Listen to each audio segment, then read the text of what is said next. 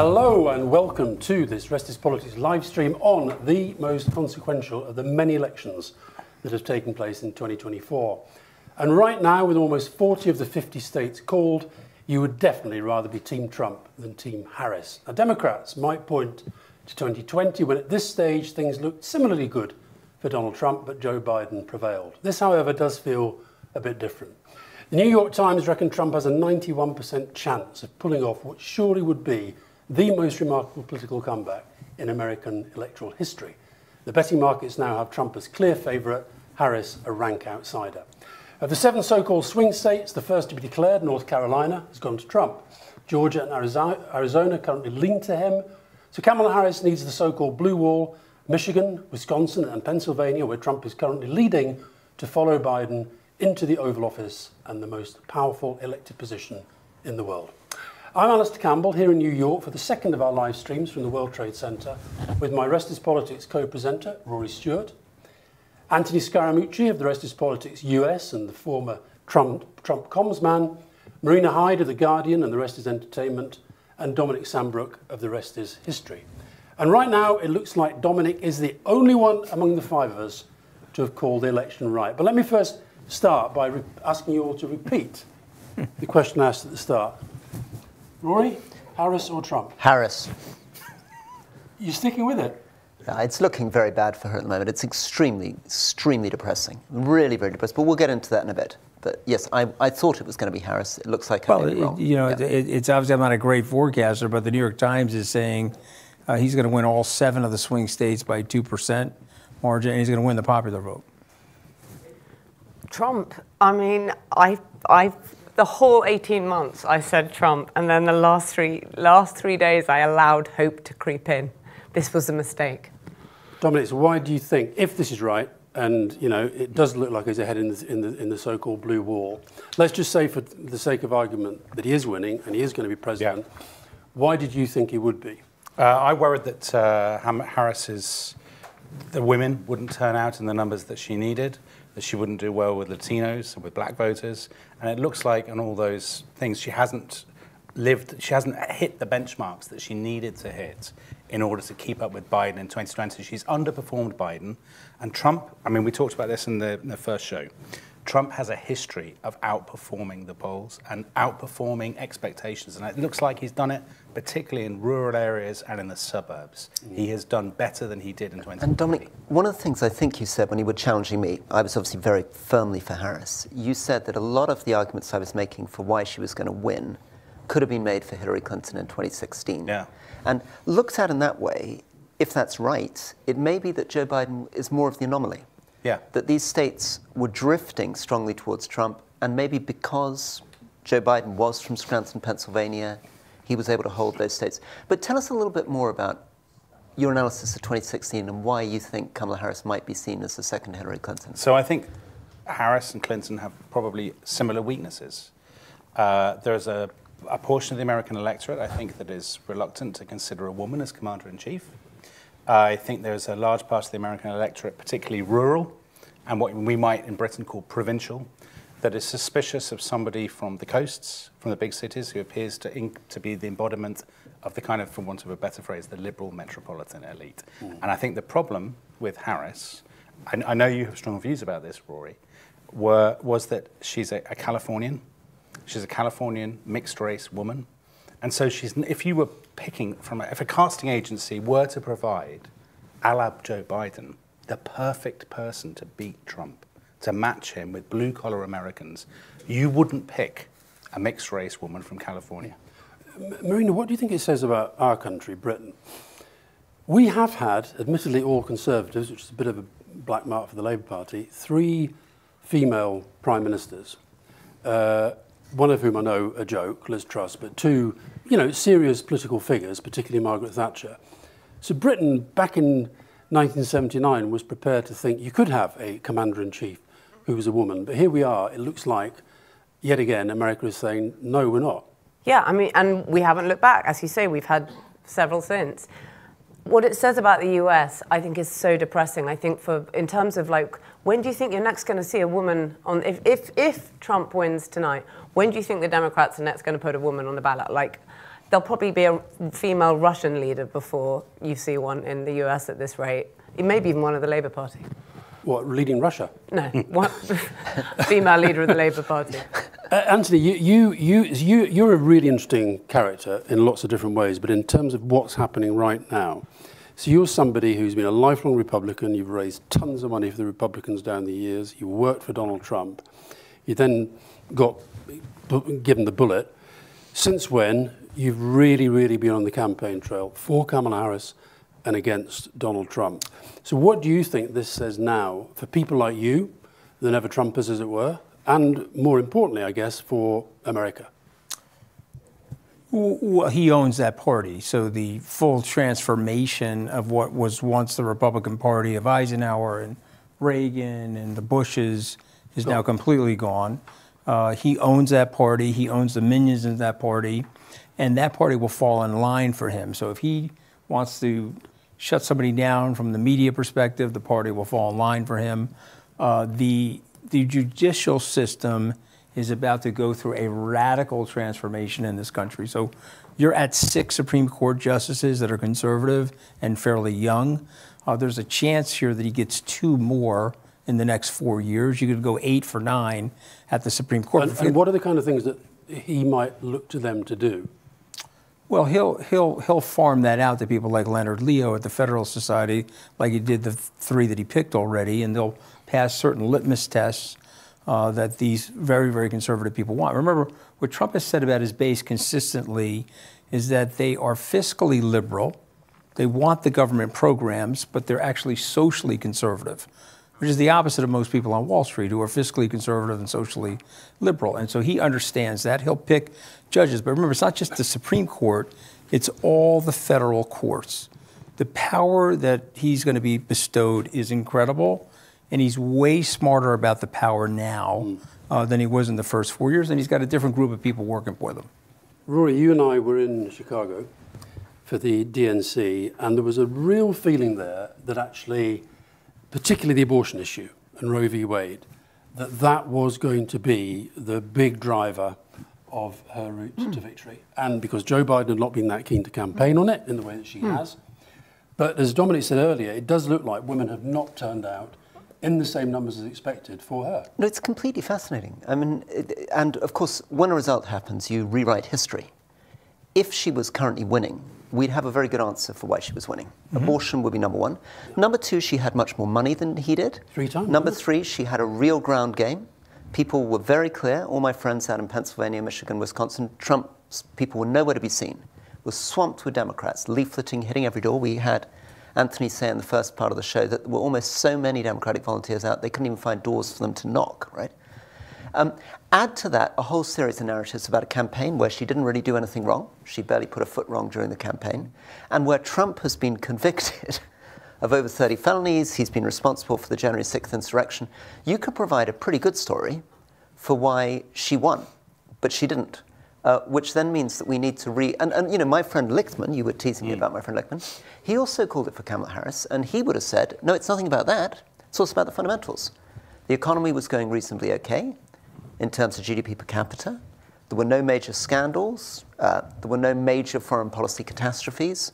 So actually, in terms of basic competence over 4 years, the incumbent, Biden, had ticked a lot of boxes. So all of that, I mean, this is your business as a historian. But aren't there a couple of things this sort of counterfactual There are a couple of things there, Rory. First of all, I actually think she fought a pretty good campaign. Yeah. I don't think you look back now, I mean, Alistair may disagree, I don't think you look back and say, if she is going to lose, therefore, ergo, it must have been a terrible campaign. I think given the position she was in, and given the products she was selling, she did a pretty good job. I think it was a good campaign, which could have been a lot better.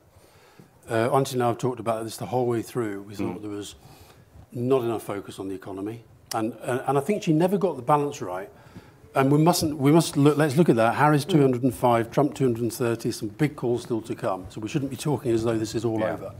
But I do think that she never quite worked out how to get the balance between being the incumbent vice president to Joe Biden and the candidate for change. That's always a problem for the vice president. That was a huge problem for Gore in 2000. Correct. It's always the issue. And Humphrey in 68. Yeah, and Humphrey in 68. But Rory, going back to your point about, about the fundamentals, it's not just about the economy, stupid. So I don't agree with James Carville, Clinton's campaign chief, who famously said that. What we see across the Western world is that in the 21st century, is that a lot of elections are about nationalism and about identity politics. Yes. And Trump is a master of playing those two cards. And he seems to have done it again. In Pennsylvania, there's an exit poll saying that he, amongst people who care about democracy, and you may have your prejudices and think, oh, okay, well, I guess they all voted for Harris. No, he's got a 7-point lead amongst people who think that democracy is the top issue that they're voting on. And democracy in so many of the exit polls came out as the very top issue, above the economy, above abortion, above foreign policy, above all sorts of things. And this is partly about Musk, isn't it? Because a lot of his narrative on Twitter has been playing this jiu-jitsu of defining Trump as the guy who's for democracy, Trump who's the guy for human rights, Trump who's the guy for justice, Trump who's the guy for truth. It's an extraordinary, I mean, I don't know whether you call it gaslighting, but it's an amazing kind of inversion of normal perceptions, right? Tell us a bit about that. I mean, how's he able to do that? I mean, have we just got into such a mad world that you can literally say black is white on Twitter and... I don't know how much Twitter has, how much of an influence it has, because it's not the same as it was before. However, you can say that the people, amongst people who care about democracy, that can be a real Trump position. And instead of people, so many people said, oh no, this could be our last night in American democracy. And you heard a lot of people sort of say that at the kind of coastal dinner parties. Yeah. Other people were thinking that too, and in a very, very different way.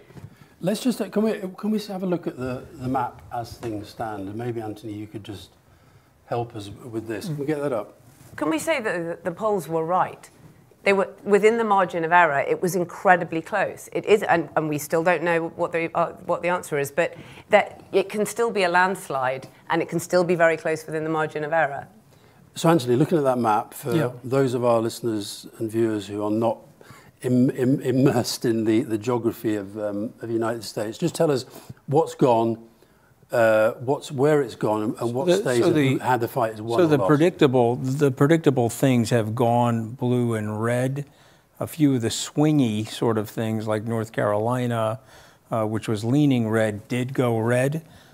Georgia, which is probably going to go red, it's just too close right now to call it. But those two were probably states that the Harris campaign didn't think they were going to win.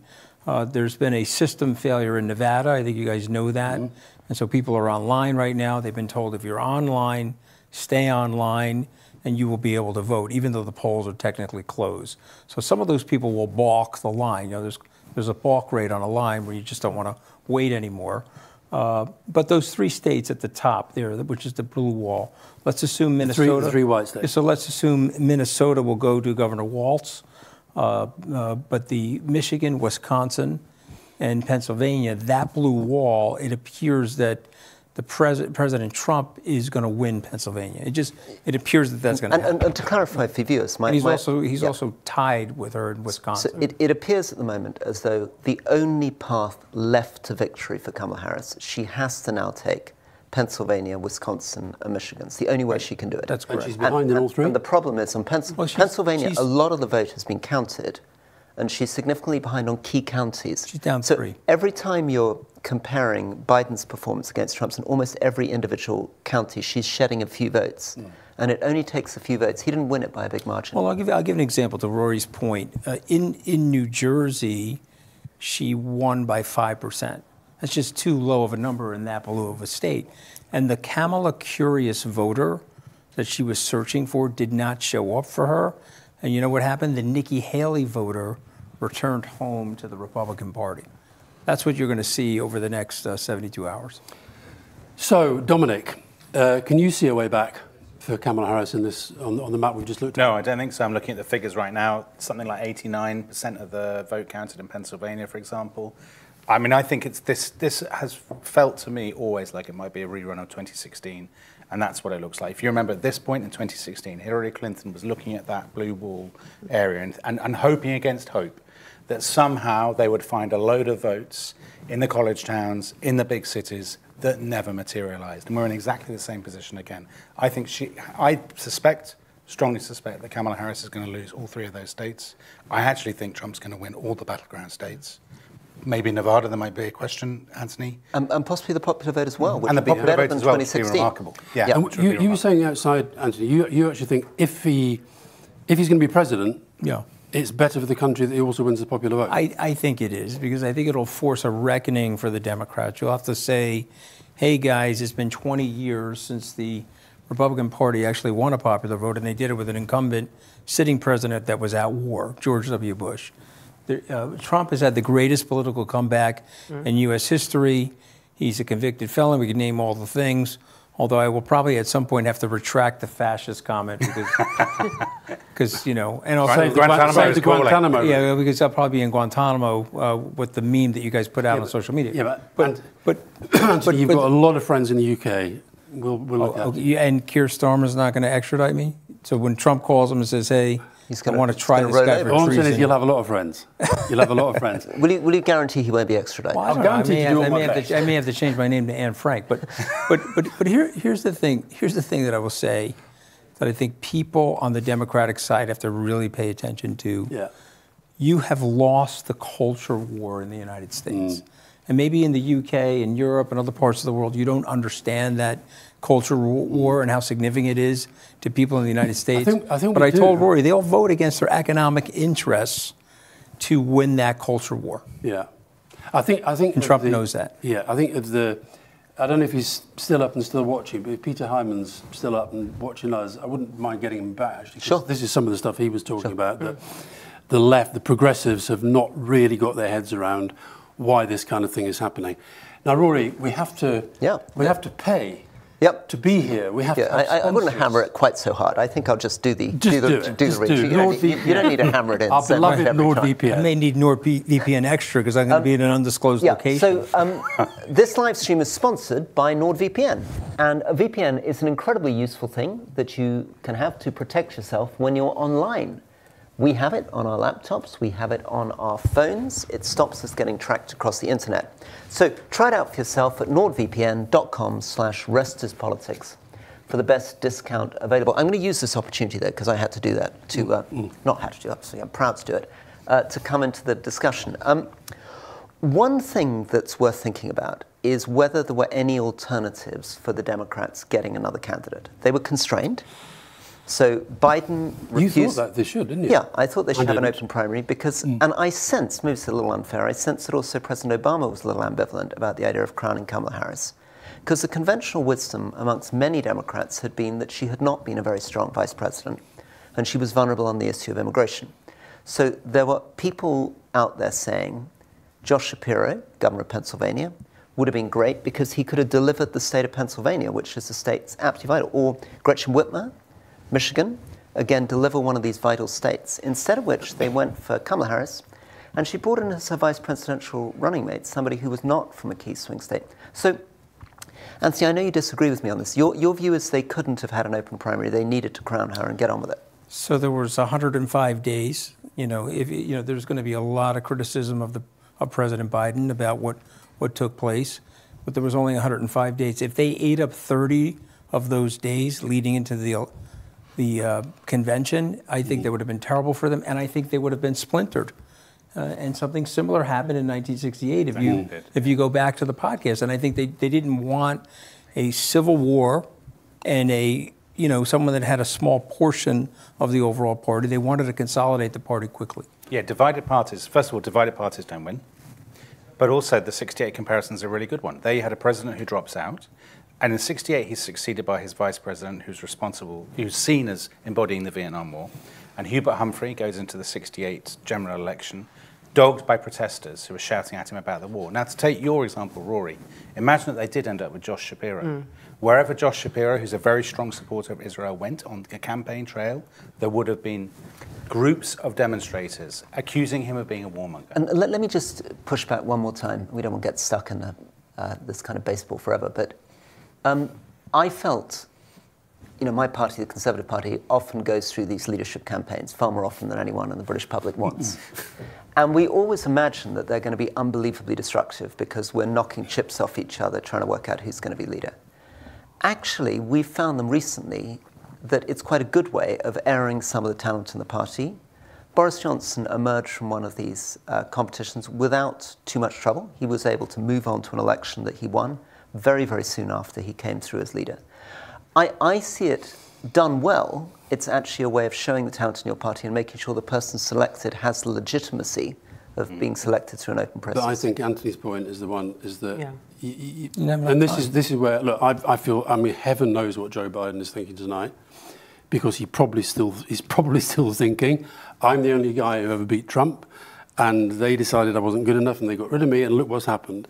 But the fact is, I think if he had gone earlier, then I think I agree with you, you could have maybe had an open contest which didn't rip things apart. But at the time they had, I don't think they could. You think Joe Biden, in his current state at age 81, on the way to 82, with arthritic knees, hips, and feet, could have beaten Donald Trump? He couldn't win. No. I don't think so. And he could be delusional thinking that, but there was no chance. No, but listen, that's what people do when they're in those situations. I mean, he's bound to feel right now that the party, they pushed him out and it was the wrong thing to do. He's bound to think that. Well, I want to restate something else, okay, because Dominic, once again, was right. He said that Biden would become irrelevant. I said he would be a better figure than that. He is going to be condemned for this in history. 50 years from now, people go back and say, wow, what a guy. She closed the campaign like 8 points ahead of where, and the polls were not so far off within this margin of error. She closed the campaign 8 points ahead of where he was. I do think, I agree with Anthony that there was not enough time, but there is something about it that makes it feel like a stitch up. They closed around her so quickly in those days after he withdrew, and it was so quick. And I think that there is that sense then, and I suppose, as you say, if you're going for someone who is from a coastal elite, then there is that sense of stitch up that remains around her. I mean, the great counterfactual, Can I ask a question of all of you, if you don't mind? Yeah. He was at 47.5% locked. Okay, he had a high floor but a low ceiling. He's punched through that ceiling. He had people like me and many others that defected from him. So where did he find the votes, and how did he pull it off? But it's such an interesting question, because the conventional wisdom 6 months ago was everybody made up their mind. Trump was a total known quantity.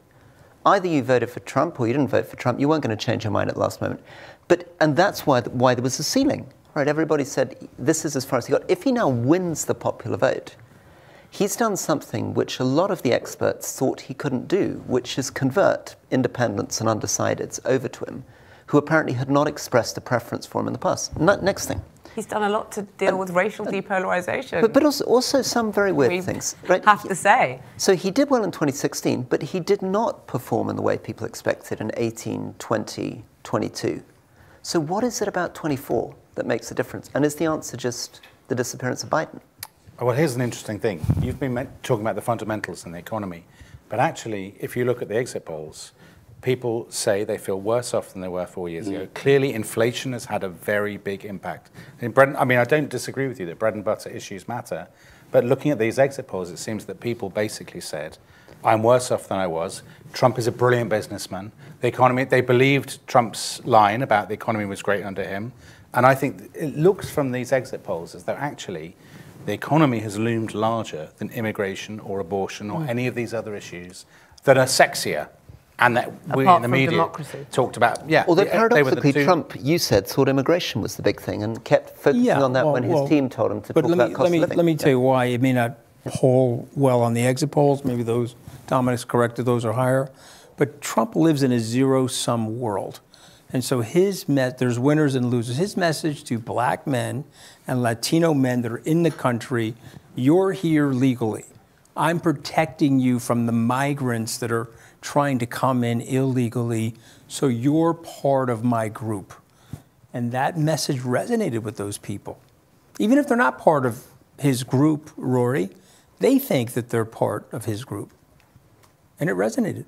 But is there an element as well of people voting against the Democrats? So the point about the kind of perception of that the Democrats are kind of permeated with wokery and that they are too progressive, that they only care. I mean, Kamala Harris was not a great candidate to dispel that kind of argument. Yeah, I'm not crazy about the word woke, but it's we all know what we're talking about when we're talking about it. And the more woke that the Democratic Party have got, the more they have lost ethnic minority voters. They're now saying 1 in 3 voted for Trump. One of the things that I heard from somebody who has been out and about on the campaign trail is that under the radar, not sort of big public stuff, they've absolutely been hammering transgender. And I see you've just had elected your first transgender member of Congress, it's Sarah McBride, absolutely hammering it, particularly with young black men who don't, I'm not going to speak for all of them, nobody can, but that they in particular had this sort of feeling that the woke thing was a little bit out of control. So is that the sort of thing that you were saying earlier, that the Democrats need to go away and think about? 100%. And by the way, Elon Musk algorithmically made that a great center of attention on that big megaphone. But remember, the Democrats have had 8 years to think about this. This is basically a replay of 2016. So all these super brains, I mean, Jake Sullivan, I remember, after 2016, totally shattered, went away, spent 2 years thinking, came up with a whole new foreign policy for the middle classes. Biden came in with the Inflation Reduction Act, which was all supposed to be about blue-collar jobs, massive stimulus package, reshoring industry. He kept Trump's tariffs in place. I mean, if you were defending the Democrats, it's not as though Biden and his team didn't think that they hadn't spent the last 8 years learning the lessons. And we're now talking as though this is somehow new. It's not new. It's a repeat, right? Just on where we think the campaign's heads are going to be, I mean, their mindset. So I was getting endlessly being sort of sent stuff that was suggesting things are looking good, things are great, so it's all looking fantastic. They're slightly fading away. I'm not getting so many of those messages. So what will the Republican Party and Trump, the Team Trump, how will they be thinking about this? And you know a lot of the Harris people as well, how are they feeling and thinking right now? Do you think they agree with Dominic there's no way through this? At this point, I do think that they think that. I think that they're probably making a decision on what tone she'll have as it relates to the concession speech. There are House races that are still out there. They thought they were going to flip the House. It now looks like it's 50-50 as to whether or not they can flip the House. He has coattails in this election. Again, whether they like it or not, he's drawing some of these House members with him. None of the Democrats expected that. But the one thing that they made the mistake on, which we have to accept, he is a prodigious and formidable, resilient, and talented politician. And the Democrats never really saw him like that. They never really could give him all of that due. Stuart Stevens did, Rick Wilson did. They were trying to bang the drum and say, hey, Democrats, wake up. This guy's incredibly talented. This is the point Frank Luntz made to me. But they never saw him like that, and they poo-pooed him. I wonder whether something that bizarrely we ended up talking about for about sort of 3 news days, the assassination attempt, that extraordinary moment, which is truly iconic in every way, and which the tech bros love, where he reflexively in that moment gets right back up and says, fight, fight, fight. I don't think there's very few humans that could possibly have done that. And that speaks to that point of, it seems emblematic of what he's done perhaps tonight. And yet we talked about it for sort of 3 days. And he won that county. He almost got every vote in that county. I disagree there are very few humans who can do that. I think there are many humans who can do that. But I think what matters is that people like Elon Musk believe there are very few humans who can do that. I think most people who've been in the military would be able to do that instinctively without blinking. Probably 20% of the population could do that. We shouldn't let Trump get away with the idea he's like a 0.01% superhero. No. Right? That's a normal macho thing to do. Anthony's point about his political instinct, his instinct for showmanship, his instinct for seizing a political moment, I don't think you can dispute that. And I think even, you've said to me before that even during this campaign, he has had his own people saying to him, don't do that, don't do that, don't do that. And he's always saying, I know better than you. And I'm doing it. And by the way, I looked at his movements in Pennsylvania. I know that state. My family's from that state. And I was like, wow, he has really figured out where these communities are. They're going to vote for him. And he's sitting in those communities, not necessarily in the hub of Philadelphia. He's out in those farmlands. He's out in the coal mining industrial areas of the state. And when I looked at her running around the state, it was a lot like Secretary Clinton. And I said before we broke, I did not like that concert. Again, the concert was a waste of time last night. It's so tragic, though, isn't it? Because I do think, to defend the Democrats, they did learn a lot of lessons from 2016, or they thought they had. And she did run a different campaign to Hillary Clinton. She was out on the ground much more. She didn't take the battleground states for granted. They saw what happened last time. She put in, I think, over 20 appearances in each of those battleground states in a way that Hillary Clinton didn't. And she hasn't been rewarded for that. I know we're about to get into psephology and results. I'd love us at some point to just get into the fundamental fact, the horrifying fact of what it actually will mean for America and the world that this guy has just won again and won in this way. Just one thing about picking up what Anthony was saying about Trump before we get into that. What Trump has done is phenomenal. So there's only one person in American history who lost the White House, came back, spent 4 years in the wilderness, and then came back. And that's a president that most people have never heard of, Grover Cleveland, in 1892. And most people in the 20th century assumed that if you lost after one term, as Jimmy Carter did, as George Bush Sr. did, that was it, you were done. And I think most of us on this panel, in this room, in this building, in this city, thought after January the 6th, 2021, the insurrection, that definitely was the end of Trump. But shouldn't it have been? If you look at the principles of American democracy, shouldn't it have been the end? Well, there was nobody that stopped him. You know, like I said, McCarthy had a chance to do it, so did McConnell. But why McConnell's writing a book now about it, like, oh, I didn't really like him, but it's too late, you know, Mitch. But here's the thing I want to say to you guys, and a lot of people inside his campaign have said this to me. He could staff up with the McCarthys of the world. He could staff up with, because he's a big name dropper, he likes big names. He could say, you know what, I'm 78 years old, I'm going to play golf in Florida, and I got my vengeance by winning. I'm shoving myself up the you-know-what of every single person on this panel and all the people around the world, but I'm going to go play golf and hang out at this moment. Or he could operate Project 2025 and try to create a dystopian America, but there'll be people in America that would fight him. He's not going to be able to get the military. You know, if he calls up the military like he did and says, hey, I want you to do this or I want you to do that, those guys are trained and take an oath to the Constitution. Say, okay, I'm resigning. I can't do that. I'm sorry. You just briefly, I'm not going to do that. You mentioned Project 2025 there. So I guess the question now is, does he, as it were, a bit of a rerun, sort of do all the big stuff, meet Kim Jong-un, all the big showy stuff, and go and play golf, and leave it to these Project 2025 guys? Or do you think he'll be a different kind of president if he wins? Well, I just might to follow up on that. I mean, I'm worried that this is terribly bad for his ego and his narcissism. If everybody's told you can't do something repeatedly and you do it, I think you get a slightly more arrogant version of Trump this time around than you have before, and that's bad. Well, it's impunity. This is absolutely well, impunity. your tell is going to be, she concedes, and then he gives a speech. I don't know if he does it tonight or if he does it 2 o'clock in the morning or tomorrow, but it'll be his speech. Now, who's writing that speech? The speech that was written in 2016 was a gracious speech.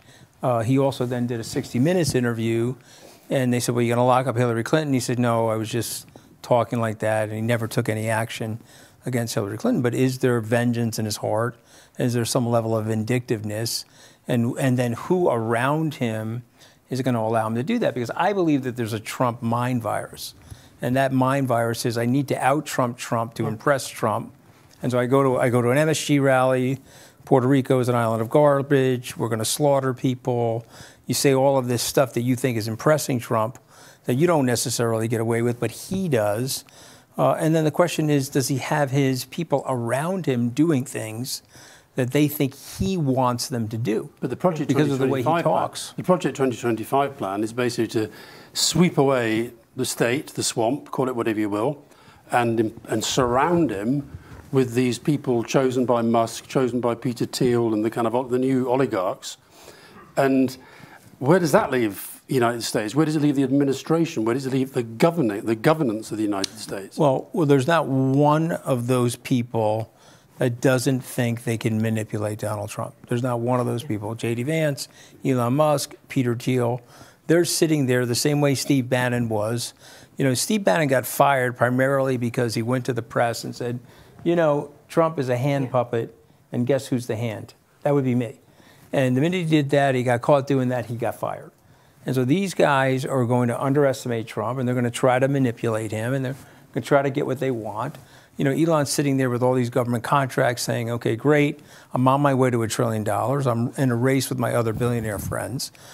Jeff Bezos is like, whoo, thank God I didn't bury myself with that endorsement for Kamala Harris. I'm glad I pulled it at the last minute. My Blue Origin contracts are okay. And they know that he is transparently transactional. They know that about him, okay? Now, the flip side of it, I think we have to talk about, I hope you don't mind, is the money. The money. Trump said, let's go. Shoot me the money. And the money flew in, $1 million sweepstakes, money here, money there. $250 million came from the cryptocurrency lobbying community. We're not talking about Sherrod Brown. Your people don't know who he is, but he's a very powerful person in the U.S. He's the Senate Banking Committee chairman, ousted by a car dealership salesperson in Ohio who received $40 million from the crypto bros who said, okay, Sherrod Brown, you don't like crypto? Bye-bye, Sherrod Brown. Well, we're going to have a quick break. We're in the process of getting hold of Dr. Samara Klar, who's a elections expert, and we'll hopefully be talking to her. We're not getting a suicide psychiatrist on here or anything like that? No, I'm just wondering. We're not making jokes about suicide psychiatrists. I'm sorry. Yeah. But anyway, we'll be back shortly. And by the way, we had a few messages while we were off air that some of you during these breaks aren't seeing anything apart from some sort of hold or anything. That's to do with the way that I think that YouTube works. So don't worry about it. Go and get a cup of tea, and we'll see you in a minute. Bye-bye.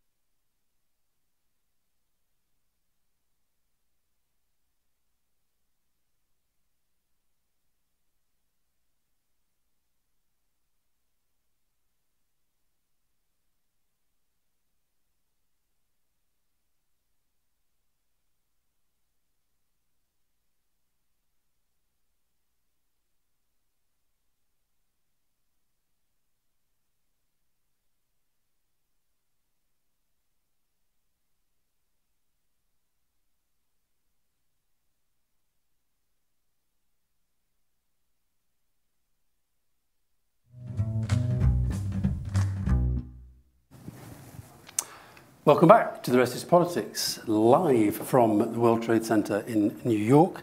And I hope that we have with us Dr. Samara Klar. Do we? Yes. We do indeed. I'm here. Lovely to see you. Now, you are a political scientist, you're a professor at the University of Arizona, and you specialize in voter behavior and political psychology. So for a British audience in particular that kind of is probably waking up this morning absolutely reeling at the news that they're trying to digest, what do we make of the voter behavior and political psychology going on here now? Well, there was three big issues in Arizona across the country, and the primary issue that people were concerned about was the economy. And I think that what we're seeing is voters penalizing an incumbent administration, not distinguishing Harris from Biden, and voting against an incumbent after inflation, increases in cost of living that seem to really outweigh, I was going to say Trump, but outweigh all the other considerations. Can I come in on the results? So Nate Cohn of the New York Times has just said, another hour has gone by, but the story is still the same. Trump is favored in each of Pennsylvania, Michigan, and Wisconsin. We'll just have to wait longer to see whether maybe, just maybe, Harris will do better than expected in key Democratic areas. I mean, it's looking increasingly difficult for her, isn't it? Because more and more of the vote is being counted. Listen, I think if we look at how the polling was predicting that this election would bear out, we knew that there were 7 key states. We knew that Arizona, Georgia, and North Carolina were long shots for Harris. And we knew that Pennsylvania, Wisconsin, and Michigan were really her most reasonable path to winning. We are still waiting on those 3 states. We're waiting on, I believe, all the swing states except for North Carolina. It doesn't look good for her. She didn't get any surprise wins. She hasn't been overperforming. She hasn't been overperforming in the polls. But the results aren't in. We'll have to wait and see. I'm sure she's not thrilled. I'm sure the campaign is prepping a concession speech if necessary. But that's exactly right. We still don't know. And the truth is, I'm not sure which which districts we're waiting for in Pennsylvania. What I've seen in Arizona here is that Trump is currently up by 10,000 votes, and I believe 700,000 votes still have to be counted. So we still do have a long night ahead. We've got a long few days ahead, I think is more likely. The Harris campaign was hoping for a much stronger night. It's not looking good, but I agree that the election hasn't been called yet, that's for sure. Professor, is this, just for viewers listening, is that you just being super cautious as an academic and trying to be absolutely on the thing? Because the New York Times is giving a 91% chance of victory to Trump. I mean, it sounds as though they really think this is Trump's. Would you agree? I would rather be Trump than Harris right now. There's no doubt about it. But we're talking about incredibly close races. Biden won Arizona by 0.36 percentage points in 2020.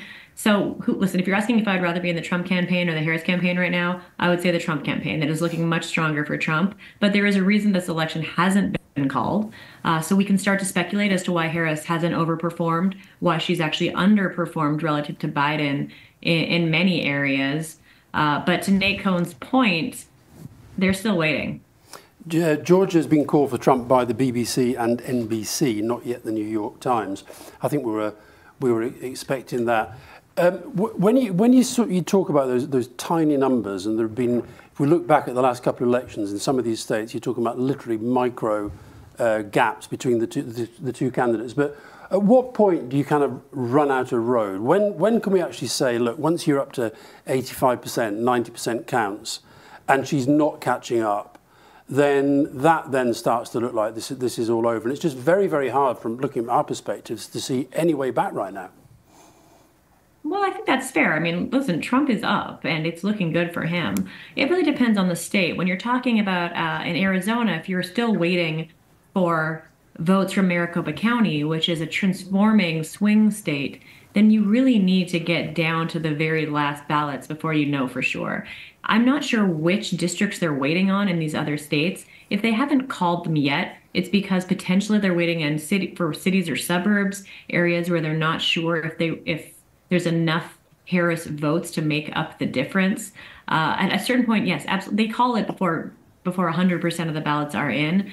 It's just going to depend on each state to know where those missing ballots are coming from. Do you think people will say at the end of this, if it turns out as it looks at the moment, that the polls got it wrong again or got it more right again?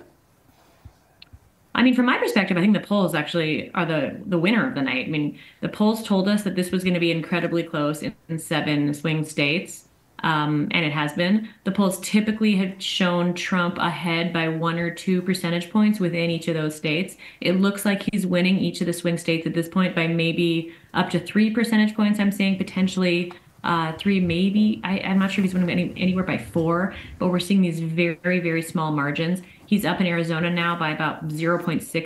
So I think the polls were showing us what is bearing out. Very, very, very close races in these very particular states. It is so going to be interesting if Trump takes the popular vote as well as the Electoral College. That wasn't something that people seemed to anticipate, right? But he may be on track to do that. Right, well, he lost the popular vote twice, so this will be his first time winning the popular vote. My understanding is that a lot of that could be due to very strong performance in Florida, a state that he was projected to win. In a lot of these states, Harris was not focusing her campaign on the states that she knew she would lose. She was really spending a lot of time in the battleground states. Trump overperformed, I think, in some of these red states. He got even more votes than anticipated, and that could push him over with the national popular vote. And what do you think this result, if it does pan out in the way it looks at the moment, what do you think that says about America? I think we're pretty stunned at the idea that somebody who is a convicted felon, the rape, the misogyny, the racism, the lying, the chaos of the 4 years when he was president, and America, which other democracies tend to follow the trends, what does this say about the future of democratic politics? Yeah, that's the question I get most often when I'm talking to people from outside the United States. Like, how is this possible? We have 2 parties in the United States, 2 viable parties that stand for very different things. One tends to represent conservative policies and the other liberal policies. If you're a voter who values conservative policies, you essentially have 2 choices. You can vote for a party that disagrees with which you disagree on everything, or you can vote for a party that agrees with you on most policies, even if you don't like their leader. And that is ultimately what a lot of Republican voters do. When we talk to Republican voters, we ask them, many Republican voters are voting for the party, they're voting for the policies, they're not voting for Trump himself, because the other option is a party that doesn't line up with their issue preferences. Finally, for me, there were many people saying that Trump had sort of hit his ceiling, that he hadn't performed well since 2016 and 18, 20, and 22. And there were many people saying everybody knew Donald Trump. You know, his name recognition was universal. Nobody was going to change their mind on Donald Trump. But it's possible that we're actually seeing, as he wins the popular vote, that theory isn't right, that he may actually have added votes in a rather unexpected way. Does that mean that he's maybe been able to pull over people who didn't previously vote for him? And if so, what is it that's different about the Trump in 24 compared to the Trump in 2022 and 2020? Whereas, of course, for us, we feel he's a worse candidate, but it feels like he may have moved people over towards him.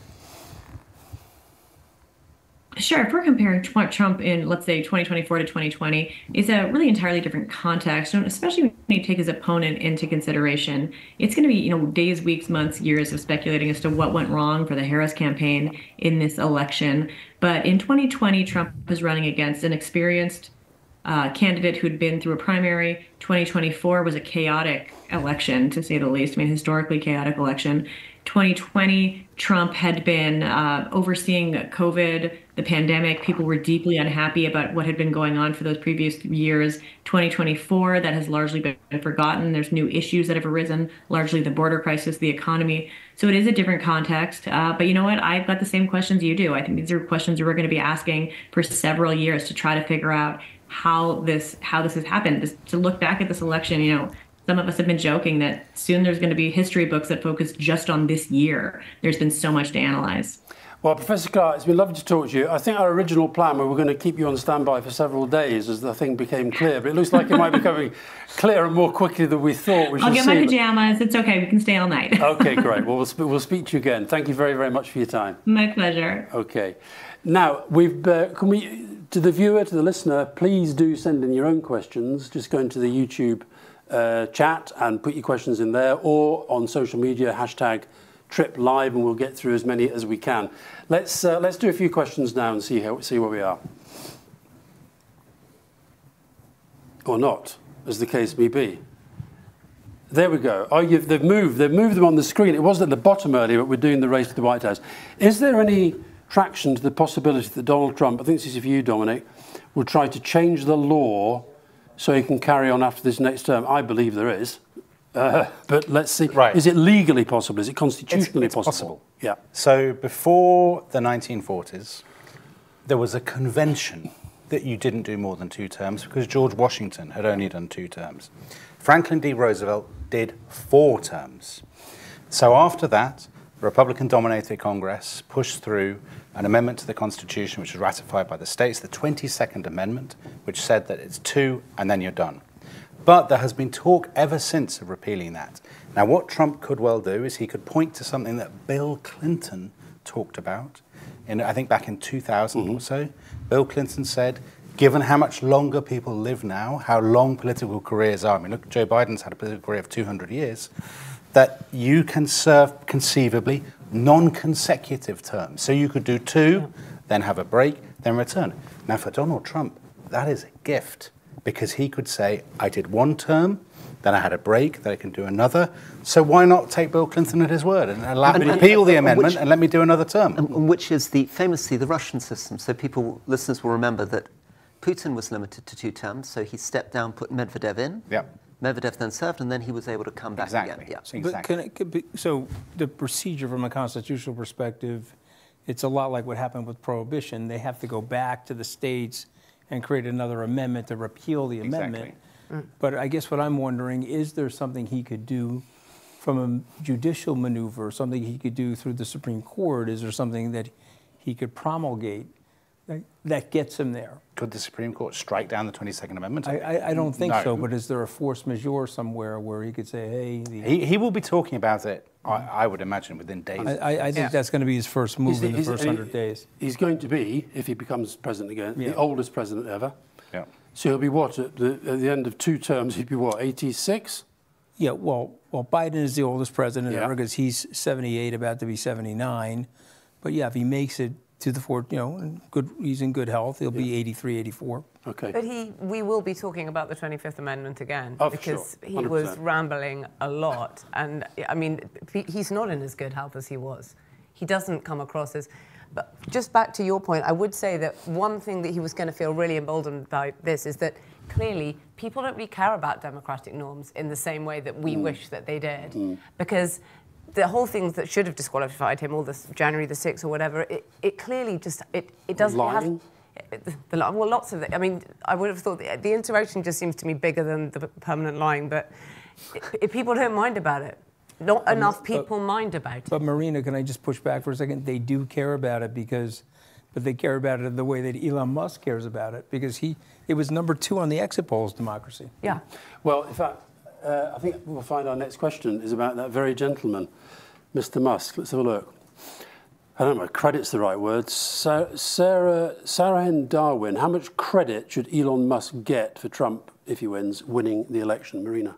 It'll be really interesting to pick apart how his ground operation worked, because people kept saying, well, there's nobody there. The people have said they've knocked on doors and the app has misregistered it, and they haven't. He has put himself at the top of his own... I mean, he bought, as we said, the right to be the main character on Twitter, and he's put himself at the top of it every single day. And there is something... I mean, obviously slightly compelling and mesmerizing about the world's richest man, like dancing around behind, I mean, literally dancing around behind this guy. It drew a huge amount of attention. And that thing that we were saying about people saying, oh, Trump's a good businessman. Look, also, the richest man in the world is backing him. I think that makes a big difference in people's heads. And obviously I spend far too much time down that weird rabbit hole, but it's very, very striking how when I attack Elon Musk or Trump, the two things are now connected, and a lot of the people who come after me, they immediately come after me saying, this guy's much smarter than you, this guy made billions of dollars, he's the smartest man in the world, if he thinks Donald Trump's the right person, who the hell do you think you are to challenge him? So I do think there is, particularly amongst the group of the young men that are attacking me on Twitter, Musk was a huge tick in the box. And the fact that he's been prepared to appear again and again, saying not just Trump is a man of integrity, but that he's going to run a great country. And that, by the way, I'm going to be in charge of Department of Government Efficiency, and I'm going to sort it all out. Yeah. What? He won't be in charge of that. Why is Elon Musk operating the way that he does? Does he have genuine political convictions? Does he like Trump? Is it about getting a slice of the state when Trump wins? What's going on? Well, the most nefarious thing you can say is that they see him as a rube and a vessel that they can manipulate. And they've said repeatedly, I can't be the president. He said this on Rogan. He said this in lots of interviews. I can't be the president, but I can influence the president. And he sees this guy as a vessel. Remember, Trump said on Twitter that Elon Musk would have gotten on his knees in the Oval Office and done anything that I wanted. I don't know if you guys remember that tweet, but he did do that during the presidency. And he's done it to everybody. He crushes people. Megyn Kelly, I think you guys know this, he absolutely flattened Megyn Kelly. And then she did the sycophantic thing, got up there and gave the speech in support of him. He absolutely flattened Nikki Haley. She wrote an op-ed in the Wall Street Journal praising him. He flattened Elon Musk. And so he loves doing this sort of thing to people, and he wants them to come back groveling. You know, who called Trump for the first America's Hitler? It wasn't me, it was Vance. Okay, now Elon Musk has been a better running mate for Donald Trump than J.D. Vance. Interesting. Right, let's take another question. This goes back to something you were saying earlier from Andy Start. What's the best way for the Dems to respond to this dramatic loss? Why were so many commentators so out of touch? I guess that would include us. Particularly, I mean, I think to be fair to a lot of commentators, many of them were saying it's 50-50 within the margin of error. I was massively out of touch. I mean, my mea culpa if Trump has won. No, you were just wrong. Yeah, I was wrong. Thank you. That's a nice way of putting it. But actually, to be fair to the commentators, when I came out strongly saying I think Kamala Harris is going to win, I didn't have a lot of people with me. No. I had many, many people saying, wait a second, you're much too confident about this. The polls are suggesting it's 50-50. I really, really would like to know the answer to the first question, though, and maybe throw it back to the panel, and what the best way for the Dems to respond to this dramatic loss is. I keep coming back to this slightly boring point, which is they've been there before. They were there in 2016, and they spent the last 8 years doing everything that they thought were the right things. And remember, the Inflation Reduction Act was a hell of a big thing. That's like $1 trillion package. So, you know, my in-laws, for example, would say Biden understood the problem, of blue-collar workers. He understood the damage that globalization had done, this point that Anthony keeps making, and that they implemented some very smart policies on chips, on manufacturing, on infrastructure, precisely to try to win back the blue-collar voters. Just one thing, why were you so confident? Because you don't normally take those unbelievably stark, strong positions, but pretty much from Chicago, you were absolutely adamant she's going to win. So, number one, I think the polling company's model's broken. Number two, I believed Trump was weaker than he was in 2016 because of the performance in 18, 20, and 22. Number three, the theories on how Trump was going to win depended a lot on young African-American men voting for him, and they had not turned out in 18, 20, or 22. And finally, I just thought the fundamentals of the incumbent, the fundamentals of what Biden had done, had been pretty good. Hadn't done anything too bad, and she'd run an okay campaign. All other things being equal, I reckon that if it was 50-50 and I had to bet, I would definitely go with Kamala. And boy, did I bet on Kamala. I think the thing that held me back was the fact that she ultimately is the incumbent, and at the moment it's really hard for incumbents to win. Sorry, Anthony. So her campaign is reporting at the moment that we will not hear from her tonight. She has not shown up at her watch party. I don't know if she's called to concede, and obviously she doesn't have to because nobody's called it yet. I just had a message from somebody in the campaign who said that Pennsylvania is not looking great. Okay, so what Hillary did was, what Secretary Clinton did was she called at about 1:30 in the morning. She did call, at that point, President-elect Trump to say that she conceded, but we weren't going to hear from her. So I don't know if she's going to do that or not, but it's a very similar... half an hour from now. Yeah, it's a very similar to 2016. But here's the thing. You are either, you see him for what he is, and you become a dissident and part of that resistance, and you try to work on restoring the ideals around either that party, or you work with the other party to make sure that the system stays in place, or you sycophantically bend your knee to him. Okay, and so I just tell you, I didn't get to where I've gotten to in my life, okay, living in fear or thinking about things in a fearful way. I ain't doing that over my dead body, okay? So I will be spending my time trying to explain to people what they're about to do, because I understand their playbook. I know a lot of the people that are going to be working with them, and I know what they want to do. They want to fracture and systemically change the system, okay? And, you guys will probably be mad at me for saying this, but I'm going to say it anyway. It's a democracy. We got white people running the country. Yes, okay, we got a democracy. Wait a minute, there are brown and black people that could overwhelm us demographically. Yes, okay, you know what? We got to change the rules on that. We don't like that. Okay, and that's what they're going to do. Well, you're now going to have to do a very, very neat pivot from being an amazing strategist talking about the future of the Democrats to being a salesman of our beloved sponsor. Oh, I love that. Okay, well, let me straighten myself out here, okay? It's not even my 5 o'clock shadow. It's like my the top button. It's like my five. I had a looseness. I didn't have a stroke. Okay, after seeing those results, I didn't want my head to blow off. Okay, but we're not talking about any of that right now. We're talking about Sally, and I just got to tell you guys, I love Sally. And what is it? It's a technology that you can download on your cell phone, and it's an eSIM so that you avoid all roaming charges when you're traveling. The brilliant technologist to my left, the AI specialist, that's Alistair Campbell, introduced me to this in economy class on my way down from Glasgow to London. This is how this man travels. And there I was downloading my eSIM from Sally. And I want you to try it too. And what you got to do is go to sally.com/tripus and get the 15% discount. If you try Sally, you will love Sally, and you'll be a Sally family member like the rest of us here. Can I just say, in the defense of our train system, I don't know what your trains are like, but that was not economy.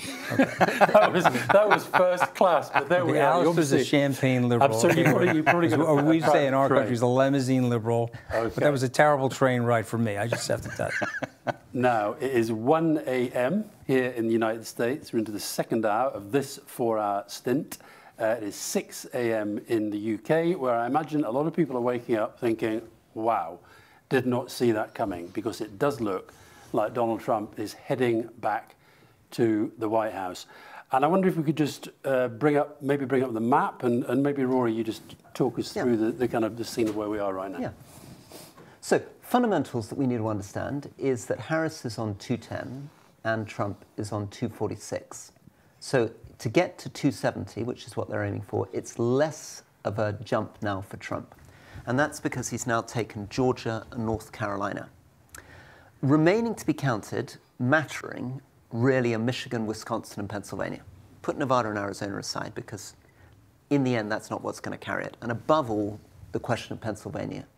And Pennsylvania is now 19 electoral college votes. And there's a 90% chance currently, the New York Times showing, for it going Republican. So to return to the New York Times, Trump has been improving on his 2020 performance in every state that has reported most of its votes. Florida, New York, and New Jersey may shift 9 or 10 points more Republican.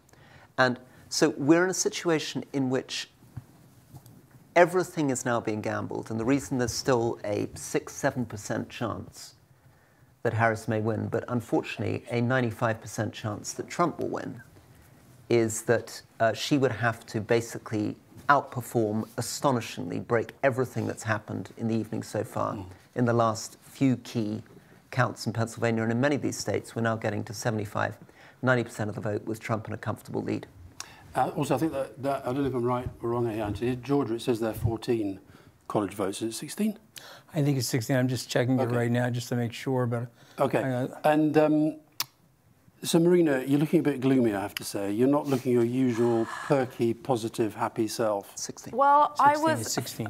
I was a fatalist about this for like 18 months, and I allowed the hope to creep in the last 2 or 3 days. And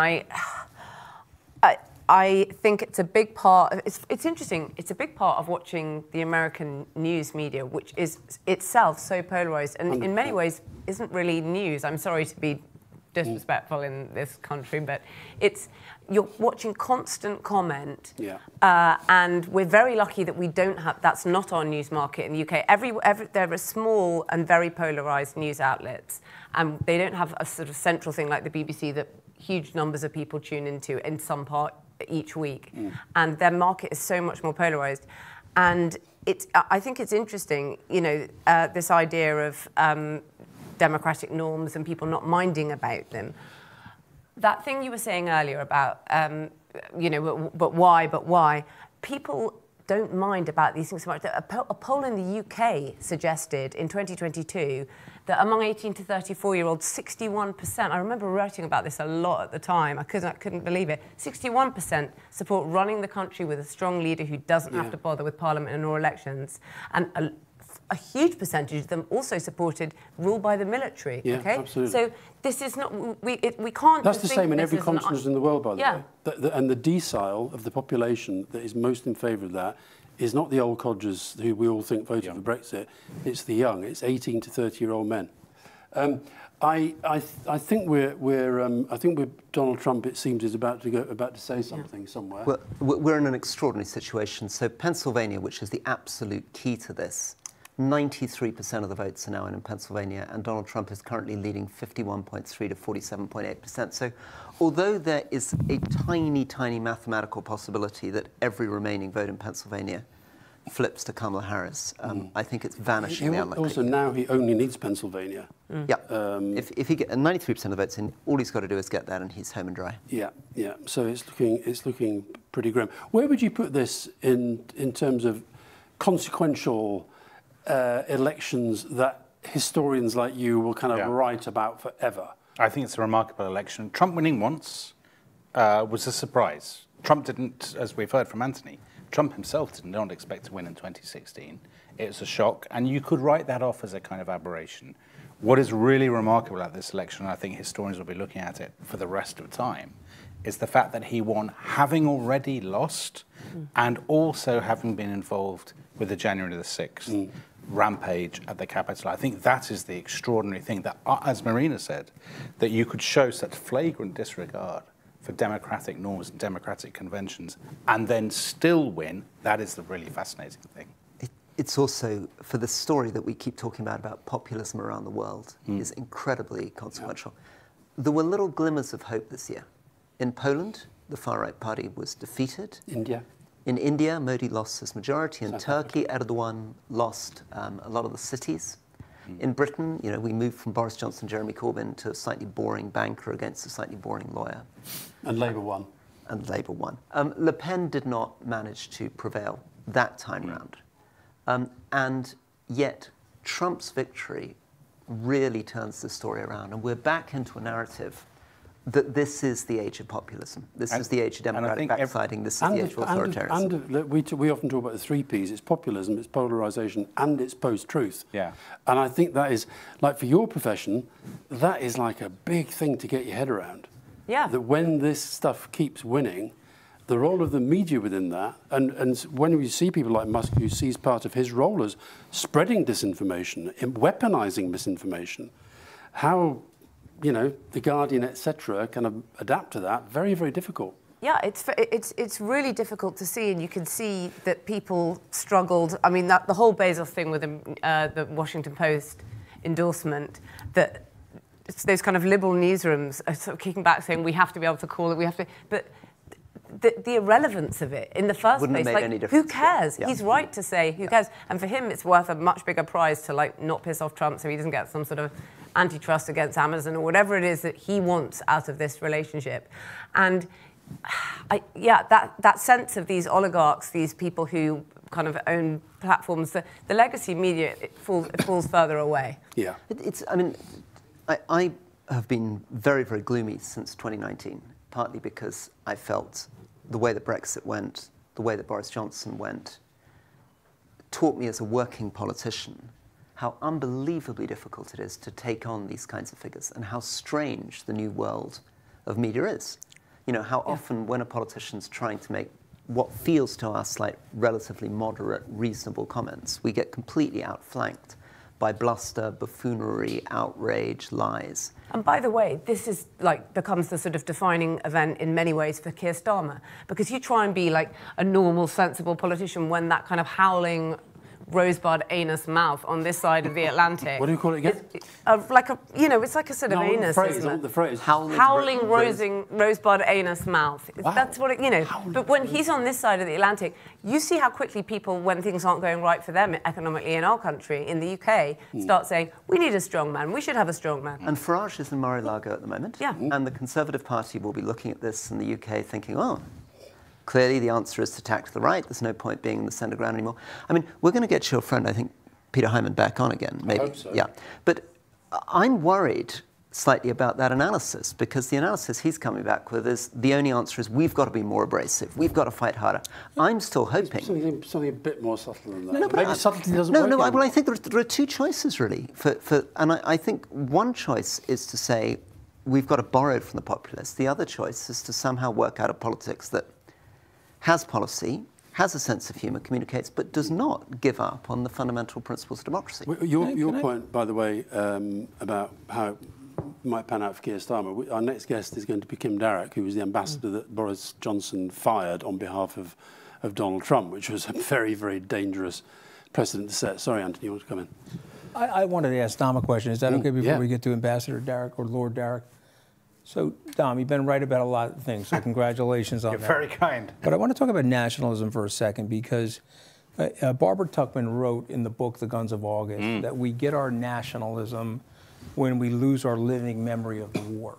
Either with the military or the civilians that were tarred and by the war and all its violence, they've died off, and now we glorify the war. Rilke wrote about it, right? Elements of it in the All Quiet on the Western Front. The horror of the war is no more of a memory, it's now glorified. And the bellicosity of the rhetoric increases. We're 80+ years out from the war, thereabout. Yep. Is that happening? I think it's absolutely happening. I think you're dead right. I think you could argue that the period from the 50s to the 90s was unusual. Trying to bring it's an anomaly. Right. That it's war veterans running these governments. Right. And the memory of the war, the fight against fascism, the fear of heightened rhetoric, of strident, aggressive politics, hangs very heavy in that period. So running all the way through that period in America, Truman, Eisenhower, all the way through to Reagan, Bush, Clinton, you could argue the war really matters. And the 30s really matter. The memory of dictatorship, the fear of strong men, the fear of aggressive polarization, partisanship. Yeah. Who remembers that now? Are we in the 1930s right now? Is this 1932? History never repeats itself, but there are resonances, right? There are very similar themes. Or even 1913. I mean, Arnie Vestad's also written saying there's a lot of things that feel like the lead up to the First World War as well. Yeah, well, I think, here's the thing. I think populism has always been part of politics. I don't think populism is new. No. I think populism has been there since the beginning of the democratic process. But it's usually been defeated. Lincoln faced quite a lot of populist attack, but Andrew Jackson, for example, Andrew Jackson, who is on American dollar bills, he was nothing if not a populist. Populism often works in politics, and I think populists, demagogues, stridency, polarization, they are part of the democratic repertoire, and it's a fantasy to imagine we can get back to 1956 when they weren't. Now, we're going to go for a quick break, during which Anthony Scaramucci is going to leave us, not because he's facing arrest and deportation to the United Kingdom, but because he will be back like Schwarzenegger. However, he is going off to do a little turn with his beloved Catty Yes, Kay, I got to do my podcast. his podcast partner. Honey, do you know where my passport is? You're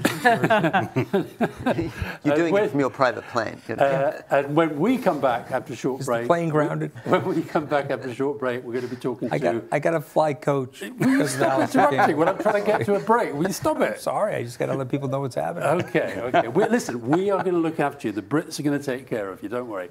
We're going to be back to talk to Lord Kim Darroch. I love the way you gave Kim Darroch his title. I never do that title stuff. Okay. Kim Darroch, former colleague of mine, former opper of mine when he was in the Foreign Office and I was in number 10. He was ambassador to the United States until Donald Trump decided he had to be fired, and Boris Johnson, being a craven sort of creature, went along with it. See you shortly.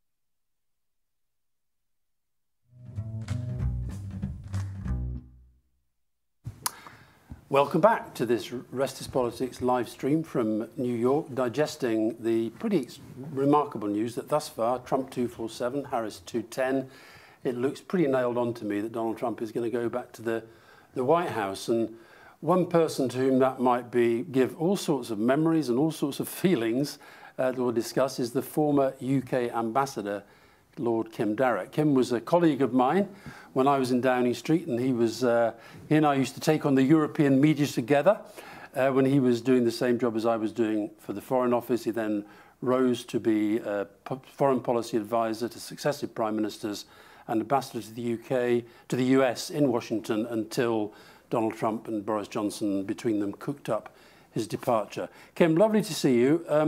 What do you make of what we've heard and what we know so far?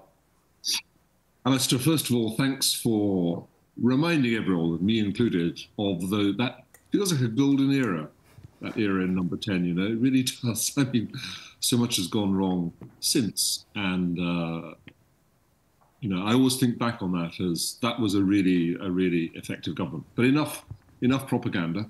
Look, this feels very much like 2016 to me. I remember sitting in the embassy in the early hours in 2016, watching the last votes come in, and once Pennsylvania was called, then it was all over, and I fired off a telegram to London straight away.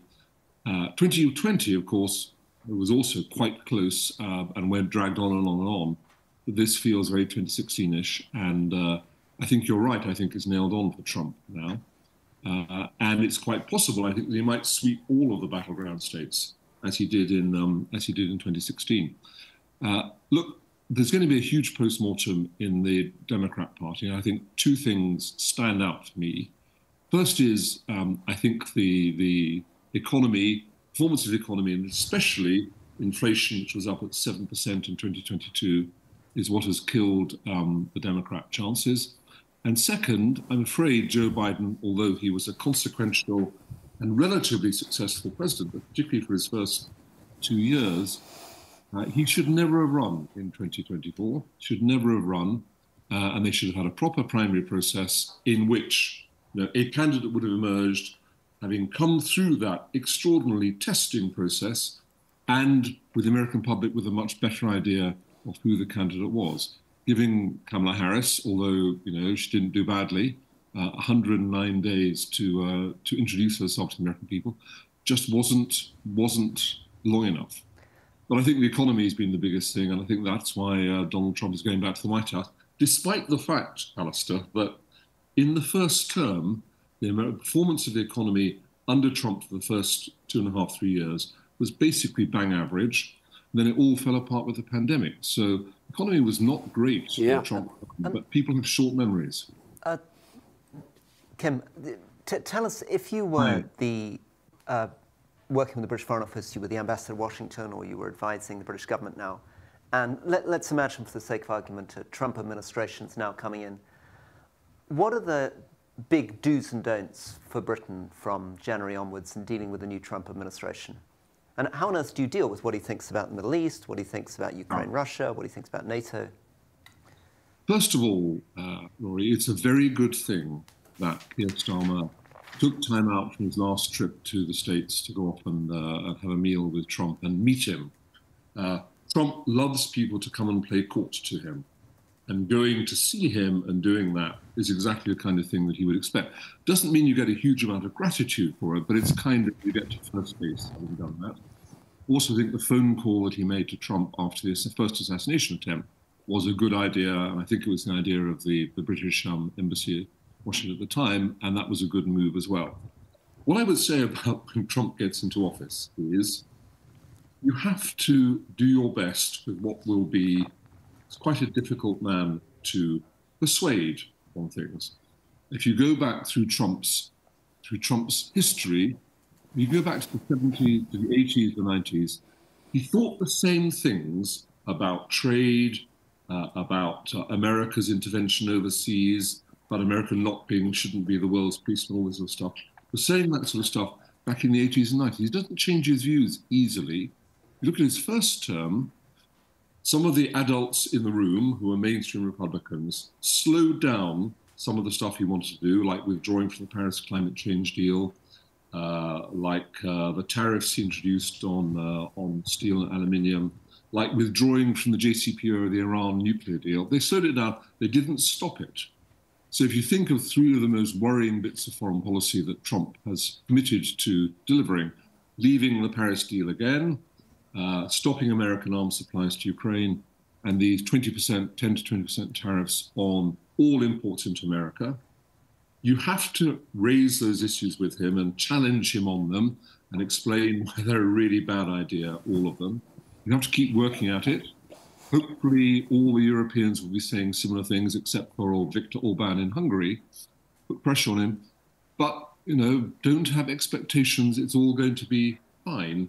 And prepare for the worst while trying to persuade him to change his ideas. And Kim, can I just jump in there? We talked in the previous live stream to Karen Pierce, your successor, who, to her credit, I have to say this, when we saw her at the DNC in Chicago, she was so punctilious, and so she kept trying to say to me, she actually introduced me to Republicans to try to get onto the podcast because she thought we were slightly going away with the fairies, thinking it was all nailed on for Kamala Harris. But how important will it be that she and the embassy line up all the right things, that getting one of the early phone calls, saying the right things at this time, how important is that to the job that she's doing, and how important is that, that sort of basic, very basic diplomacy? The very basic stuff is essential, Alistair. You're absolutely right. And when Trump won in 2016, we got him into the White House pretty much the first working days after inauguration, the first foreign visitor to get in to see him. The phone calls, by the way, back in 2016 were a shambles. I think the first phone call he took was from the Indonesian president, something like that, because they threw away the list that had been prepared and just did it at random. So I wouldn't worry too much about the phone call, but the first visit will be important. And, the right tone in congratulations, the right sort of approach when Keir Starmer walks into the Oval Office for the first time with Donald Trump, trying to get the right tone to all of that. It's very important. But it's going to be 4 years of quite a hard slog, it just is. And the guaranteed thing with Donald Trump is that there will be unexpected upsets and incidents and blips all the way along. He will tweet something at 5 a.m. in the morning that suddenly causes a big kerfuffle and becomes a big story in the UK. I mean, like the America First videos that he retweeted in, I think, November 2017, that Theresa May had to say he was wrong to do that. That sort of stuff is going to happen. Like the thing that happened during the campaign over Labour Party workers going to campaign for Harris. That sort of stuff is certain to happen. Be prepared for it. Kim, how do we get the balance right on the one hand, the statement that he's meant to be an Anglophile, famously he keeps telling us that his mother liked the Queen, and on the other hand, the fact that he may well be doing things that we think are completely monstrous on climate, on Ukraine, on the Middle East, on protectionism. How do you, I mean, it was challenging, presumably, for Alistair when he was dealing with George Bush, but this is another level of challenge to the special relationship, right? It's absolutely another level, because these are policies that will impact directly on us and will potentially do a fair amount of damage, particularly the tariffs, and it'll be very, very hard to deliver our climate change objectives internationally if America is left the deal. So these are things that impact on the whole of the rest of the world. I would be cautious, Rory, too much about Trump being an Anglophile. Yes, he has a Scottish mother, but he's always rather resented the fact that despite, in his eyes, basically being sort of half from the UK, that he's not more feted over here as a guy who is partly British and has done so well over in America. And he rates about 18% on approval ratings over here. So he always rather resents that. And he is very, very America first. Whatever his supposed Anglophilia, there were no favours to the UK on tariffs and things like that during his first term. So it is another level of difficulty. And at a time when geopolitics has never been more fragile, more unstable, and more dangerous, I mean, I just take a big gulp at the thought that he is back in the White House and think what a huge job all of us, all the rest of the countries in the West, in Europe, have in trying to get this guy onto what I would say is a more sensible path for some of the big challenges that we face today. Well, Kim, it's lovely to talk to you. I can tell you're pretty stunned by the whole thing. I think an awful lot of people will be, but thank you very, very much. What I have been saying, I do quite a lot of talking about this. I've been saying to the business groups I've been talking to that Trump is the favourite. So I've got 3 more of those today, and I can at least say to them, well, as I predicted. What I wanted. You and Dominic Sandbrook both. Well, thanks very much indeed. See you soon. Thanks, Alistair. Thanks you. Bye-bye. Bye-bye. Bye-bye. And we should just say that Fox News, not always the most impartial but on this, I think they probably are getting it right. They are calling Pennsylvania for Trump, which kind of is pretty much game over. Yeah, I think it is game over. I think he's technically 3 electoral college votes short if he wins Pennsylvania. But there's no doubt now that Donald Trump is going to be the next president of the United States. An extraordinary achievement, one that a lot of us a couple of years ago would have thought impossible, thought him tarnished beyond repair. And actually, that's going to be a really interesting question in the aftermath. Is there anything he could have done that would have disbarred him from the presidency? Shooting somebody in Fifth Avenue? Probably not. Because he closed out the campaign in a way that many people thought was really chaotic, and things like the Madison Square Gardens rally, where all this stuff was said like needlessly. And yet he has, you know, he's doubled support among black voters in Wisconsin, which I think is, you know, this is the most racially diverse Republican coalition in how long? Yeah. Maybe forever? It's all of these things that people expected. And it seemed so chaotic the last few days. And it seemed like he was, but he maybe knew something different. Or did he? Because actually, what he kept doing was getting his excuses in early. And let's not forget that in the wake of all of this, is that he was getting his excuses in early. He was saying it's fraudulent. He was saying, oh, they're rigging it, they're already stealing it. He was making up complete lies, even this afternoon, or yesterday afternoon now, that they're coming to, the police were coming in Philadelphia. This is, he did not know either. Rory, interesting talking to Kim Darrett there. He mentioned Ukraine a couple of times. What's Volodymyr Zelensky feeling right now? Well, he will be incredibly worried. So just to remind people of the basics, America is giving over $50 billion in a year to Ukraine. And that is 10 times as much as the next nearest country.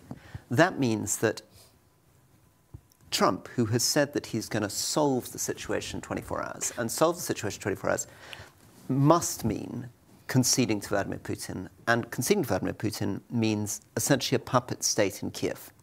What Putin is concerned about is not necessarily moving the front lines very much. They want the Donbass. But he wants to be able to make sure that Ukraine is never anything to do with NATO or the EU. And so if I was Zelensky at the moment, I would be really, really worried. And remember, Trump has built a huge coalition around this. A lot of his rhetoric, a lot of his key players have been out talking about getting out of Ukraine incessantly. And then, just to make the other obvious point, if Putin is allowed to get Ukraine, what does that mean for Georgia? What does that mean for Moldova? What does that mean for the Baltic? And what does that mean for the way that Xi Jinping thinks about Taiwan? And what does it mean for the EU? What does it mean for Europe and for Britain with an America that looks like it's going to withdraw from the international arena? What does it mean for NATO? I think that, for me, is the worrying question, the really worrying question about the next 4 years from a British perspective. Since 1945, since the end of the Second World War, we have relied for our international security on an unbreakable alliance with the United States, which has been tested at times. Suez in 1956, when the Americans didn't back us up going into Egypt, for example. But in the final analysis, we've always known that we could fall back on that. And Europe generally, of course, has not met its defense commitments because it's thought America would always be there. And now that comes into question. If Putin is on your doorstep, if Ukraine is, in inverted commas, a neutral country, which is effectively, as you say, a puppet state, if he's in Moldova, if you're in Estonia right now and you're looking at this result, you don't feel comfortable. Well, I remember this in government tonight. Alistair, I think you'll probably relate to this. 2016, when Trump came in, I was the minister, and I remember going into a discussion with the national security apparatus about what our policy was towards Russia's occupation of Crimea. And it suddenly became apparent that the British government was not used to the question of what you do if an American president suddenly sets off in a different direction. The consensus in American foreign policy, really since the Second World War, had been pretty stable. And so we could develop our policies assuming that America agreed with us. When America dramatically disagrees with Britain, we're very, very unused to it. Or if you don't know. Absolutely. And I remember sitting in that room, and the analysis was coming forward, and the sort of sub-story was, but what happens if Trump has a completely different analysis? Is Britain going to continue to push ahead with its analysis, or is it going to try to shift back towards the United States? Marina, you at breakfast this morning, you were sort of speculating on. At that time, you thought, I think, that Kamala Harris was going to be president, but you were speculating about, God, what a nightmare it would be for Keir Starmer if Trump got in. What did you mean by that? Well, I mean, I can't think of a nicer way to put it than this, that if America soils the bed, the whole of the rest of the world has to lie in it. And I feel like that's where we are. It's very difficult. As I said, it's very difficult. As I said earlier, it's very difficult to be of someone who's supposed to be doing sensible politics or whatever it is, the grown-ups. I can't even remember the ridiculous phrases for it. Grown-ups about yeah, well, those are not words I have used. But we have to remember as well that, you know, maybe Labour we think that we've gone in a different direction because we've gone more left or whatever, but actually people were punishing the Tories after all of those years of, I mean, honestly, total lunacy, the constitutional rabbit holes we were taking down, and that they rejected the Conservatives, but I don't think they love Labour, and it's pretty hard in a time of no money, because we don't have money and we don't have growth, and there isn't a great plan for getting it as far as anyone can see at the moment, to be Mr. Sensible when you're dealing with this. And sorry, by the way, this is only a small point, but I do think this is quite relevant, because we were talking about Russia. The bomb threats that have come into polling stations, in polling places today in Arizona, in Georgia, the FBI have said this. They've come openly from sort of Russian. He doesn't have a VPN, and it's openly come from Putin. All this sort of stuff before, we used to say, oh, well, you know, maybe he's interfering, maybe he's not. I mean, it's now quite open. He is emboldened. And following up on Marina's point, remember, we're now in a very, very strange world where, as David Miliband reminded us when he came on the show earlier, China is now increasingly close to Russia. Iran is close to Russia. North Korea is close to Russia. Now, they would say they've been pushed into a corner and they're forced to do this, but there's no doubt that an axis of autocracies is emerging. And Donald Trump loves a strongman. And they're emboldened tonight, yeah. Just can I give you a piece of, you may know this piece, I'm really hopeful I'm going to give you a piece of history you may not know. Do you know the story of a boat called the Isle Air? No, Excellent. Tell me. Well, I'll Exciting. say, 1918, at the end of the First World War, Lewis and Harris, the two Hebridean islands, had lost more people in the war than any other geographical area. A ship called the Isle Air brought them from Kyle of Lacalche back to Stornoway, and just in sight of the harbour, the boat hit the rocks, called the Beast of Holm, and went down. Oh, no. And they lost more than 200 service people. As a result of which, on the island of Lewis, there was quite a lot of young women, very, very few young men. There was a woman called Mary MacLeod, who was 6. 12 years later, lack of young men on the island, she emigrated to the United States. She lived with her sister, who'd already emigrated. She then met and married a man by the name of Fred Trump. That is a good fact. That's a great fact. Yeah. So if that boat hadn't gone down? No Trump. No Trump. No tragedy in 1919, and it was Hogmanay, January the 1st, and there's a wonderful song by a band called Skipinish, which talks about the toys that were, and this is because they were taking Christmas presents back to their children. But if that boat had gone down, is that not an amazing butterfly effect? That is an amazing butterfly. Yeah. I'm going to interrupt for a second. I told him a historical story. It's so beautiful. You should come on the rest of history. You should come on America's second most popular everybody podcast. Calm down for a second. Calm down for a second. I just wanted to say on behalf of all of us a huge thank you to NordVPN. This whole thing is only possible because of NordVPN's sponsorship. NordVPN is a device that allows you to keep, it's an app that allows you to keep your laptop, your mobile phone safe from malicious websites, keeps you safe online. Please sign up, try it for yourself, nordvpn.com/restispolitics for the best discount available. And thank you to NordVPN again for allowing this event to happen. I love the fact that people, this is the amazing thing. I've just had a message from somebody on the New European. Why didn't you mention that you've written about the Isle Air in the New European? That proves you don't read the New European, doesn't it? I read it religiously. I'm sure you do. I'm sure you do. Now listen, can I just say, we still, I'm sure a lot of our listeners and viewers are feeling a bit low at the moment, judging by the comments that we were getting earlier. But nonetheless, stay with as low us. as me. No, you're very low. Yeah. I'm very low, but I'm just pretending. Stay with us and do send us your question. #TripLive on social media, or just go into the YouTube chat. So let's take a few questions. First one.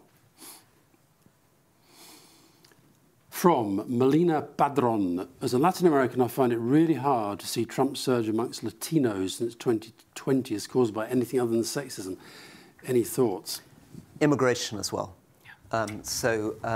It's a very strange thing, but I was in Arizona recently, and in fact we were just talking to an academic from Arizona. there's been a huge amount of immigration into Arizona. It's obviously right there on the border. A lot of Venezuelan immigration, and you can see a big split between Venezuelans who emigrated to Arizona 10, 15 years ago compared to people who are coming in now. And it's not unusual. I mean, we're familiar with this in Britain. Remember, a lot of the leading anti-immigration figures in the Conservative Party are from diverse first or second generation immigrant backgrounds. So I don't think we should be that surprised to find that recent immigrants are often very motivated by immigration. But yes, there may also be an element of sexism. There may be an element, but I think it is too much of a stereotype to say, oh, Latino men are all sexist. So, for example, look over the border at Mexico. The president of Mexico, Claudia Sheinbaum, is a woman. So being a Latino does not mean you're automatically never going to vote for a woman. I think there is an element of Latinos, recent immigrants, regarding Trump as the more aspirational candidate. Yeah. They think he's better he's a businessman, he's better for the economy. He will reward, they think he will reward success. And I think there is an element of that. As people become established in America, they become aspirational, and they think, well, when I do become a rich guy, he will cut my taxes. Well, sitting there as a woman, what do you think? I mean, I'm thinking of my daughter, actually, who I know will be absolutely wrecked by this, because she absolutely thinks the abortion issue, young women rights, etc., reproductive freedoms, that was what's going to drive Kamala Harris. And what does a woman like you think of what's happening? Well, I find it sort of unbelievably depressing. One of the things I particularly find depressing is that the sort of violation of norms in terms of like just how he talks, all of those sorts of things. And I remember during the first term, I would say to my children, you know, this isn't normal. People don't normally talk like this. And actually, by the time he gets to the end of this term, he'll have been president for 60% of my daughter's life. So what am I going to say? It's not normal. It is normal. It's normal to her. Seeing this stuff, seeing this person on the television, seeing the way they talk, and discovering, as all these women who discovered the Access Hollywood tape on TikTok and hadn't really seen it because they were 10 last time round, and then seeing that actually that doesn't sort of price you out of becoming president for a second time. It's just one of the many, many things that is, yeah, I think it's extremely depressing. Okay, next question.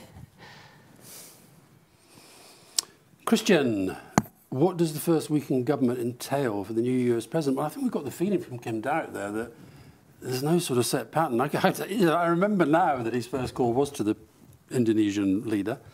I don't know. What do you think he'll do the first week? Well, certainly when they've got the transition. When he talk came through the transition process. So, as Alistair says, one of the differences between the US system, Christian, I'm going to talk down the camera to you. One of the differences between the US system and the UK system is, in the UK system, basically, as soon as you become Prime Minister, you take over. US system, you have this period through to January where you can really work your team, and generally, responsible candidates have had quite well-developed transition teams in place. But Trump was not one of those. In 2016, he came in, he fired an enormous amount of people, and then left an enormous number of the key positions in the government empty. So there were very, very few American ambassadors for a long time. That was with the book that Michael Lewis wrote. Was absolutely, essentially about that, yeah. And I remember, as a British foreign minister in 16, 17, it was almost impossible to find an American opposite number. I'd come out to talk about Africa, and it would be what would have been the number 3 or the number 4 in the department, because none of the other people had been appointed yet. One thing, though, to bear in mind is he's done the job before. And he's done the job before and has had a 4-year break. And the thing this reminds me of most is actually Donald Rumsfeld. What often happens is that you do the job, you take time off. I guess you're a bit in this situation, right? You come back in again, and you've had a bit of time to reflect in a way that you don't if you have your second term immediately afterwards.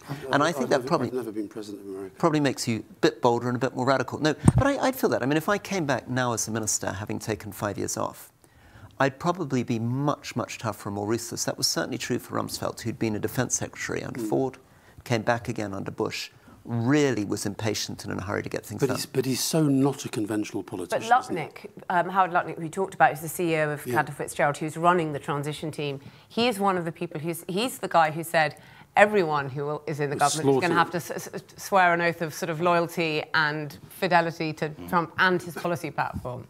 So there are already things, and that guy's running the transition team. Next question. Lewis. Oh, we've just been talking about the island of Lewis. Which of the world leaders do you all think will be the first to pick up the phone and congratulate whoever the 47th president of America is? I mean, there's a whole, honestly, this is... Surely Vladimir Putin. Yeah. Well, He won't take that call, though, as the first call. If he did, that would be a very, very big and quite alarming signal. But what you have at the moment, you'll have had it, which this is the sort of basic diplomacy that Kim Darrett was talking about. Every country in the world will currently be looking at the different plans that they've worked out. They will, whether we like it or not, there is a sort of pecking order, and people want to be high up the pecking order. And it will matter to countries. If, for example, let's just say that he decided his first call was going to be, actually, his first call to Xi Jinping would be quite a clever move, depending on what he said. But let's say he did that, and then he spoke to Modi, and then he spoke to Orban, which I wouldn't put past him, by the way, because Orban's a bit of a hero on the American right. And you've got Keir Starmer, Macron, Scholz sitting there. Or let's say Meloni was his first European leader, because she's this nice, very right-wing person. So this stuff matters. And you know, in the end, it sort of will all come out. People have to try to build a relationship. So I think my guess with the first one, I've got a horrible feeling it'll be Orban. What do you think? Sorry, just before that, no, I mean, I think we can also expect some of the Gulf leaders to be very, very high up in the queue. His family has been doing a lot of business in UAE and Saudi, making an enormous fortune. Jared Kushner. And I've been in a lot of meetings with Gulf leaders recently. And obviously, I've been very much on the Kamala Harris side. But even months back, if you asked a big room of people who thought Trump would win and who thought first Biden and then Kamala Harris, the Gulf leaders have had their hands up for Trump for 12 months now. Here's a question for you guys. What number is Starmer on that list? In Trump's mind? In Trump's mind. Well, I think this, if the State Department were in charge, I think he'd be very, very high up, possibly even number one. If you go back to what Anthony was saying earlier, you know, so, but I would think if he's, I think he'd be in the top 3, 4. Do you think he'll get over the fact that David Lammy, the Foreign Secretary, called him a neo-Nazi sympathiser? Just think, forgive and forget. But J.D. Vance said worse. So he does kind of get over that stuff. And it's interesting, David Lammy has been, with Karen Pierce, the ambassador, the one who was driving this, you know, we've got to get in with the Trump people. We can't just sort of expect Harris. Well, he made a lot of inroads with Vance, which I don't know how useful that's actually going to end up being.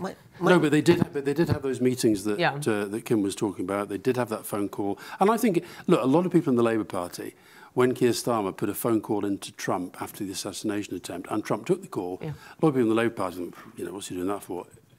It's a pretty smart, obvious thing to do.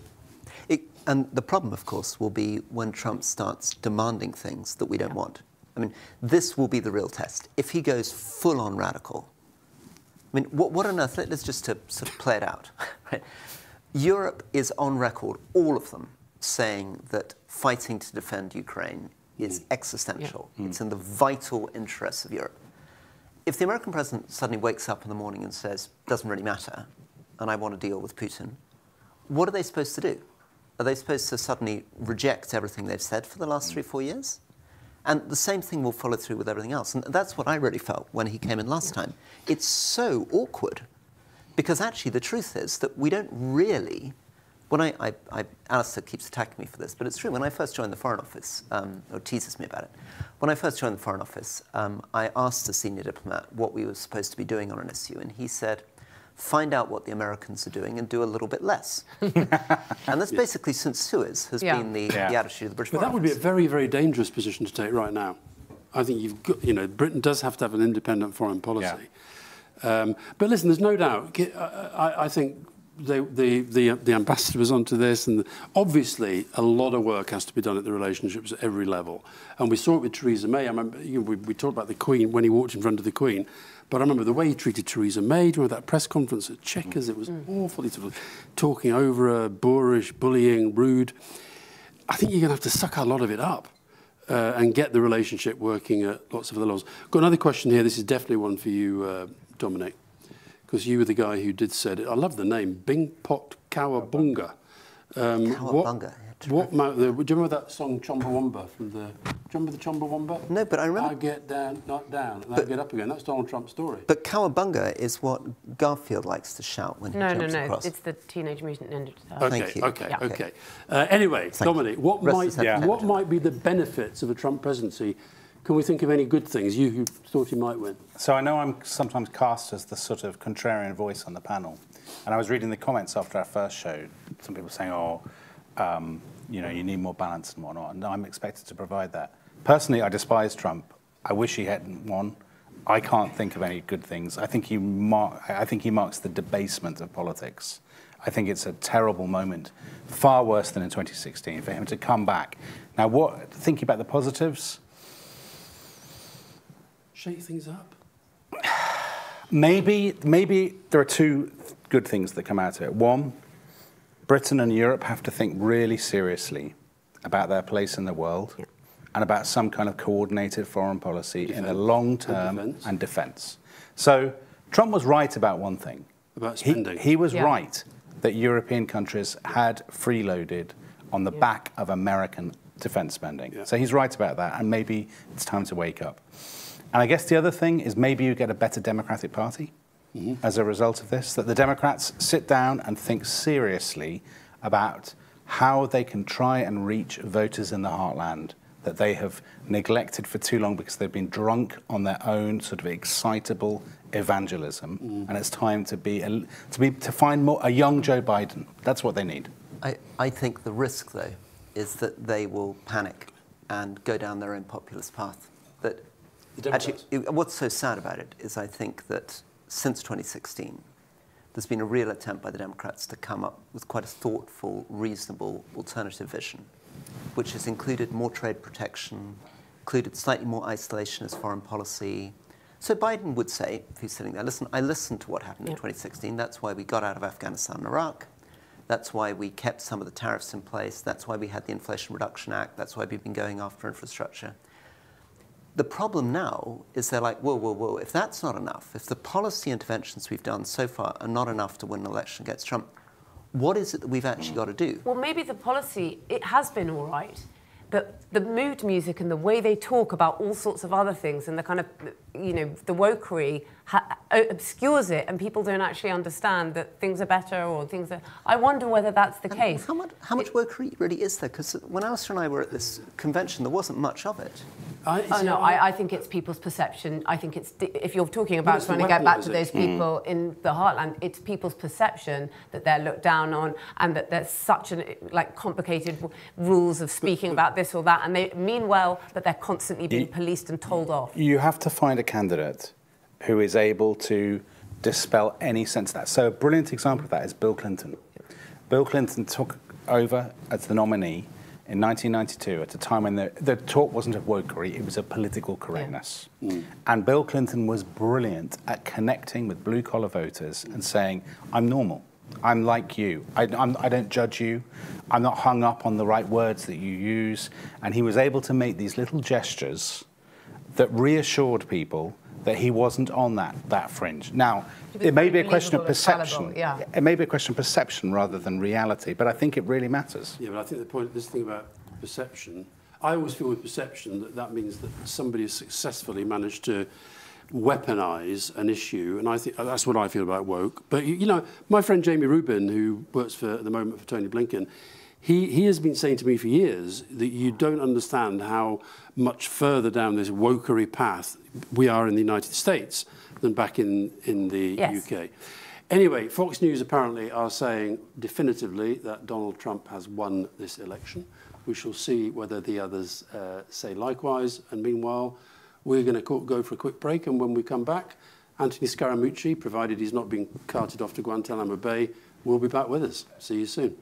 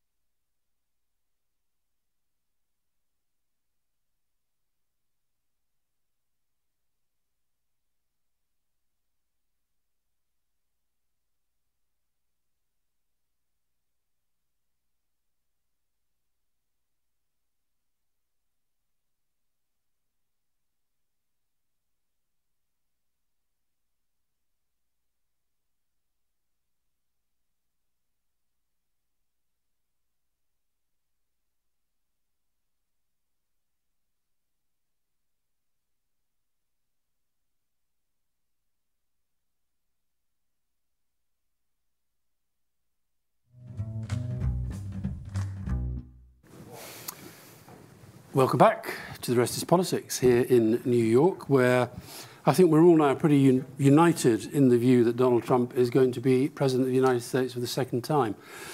How was Catty Kay?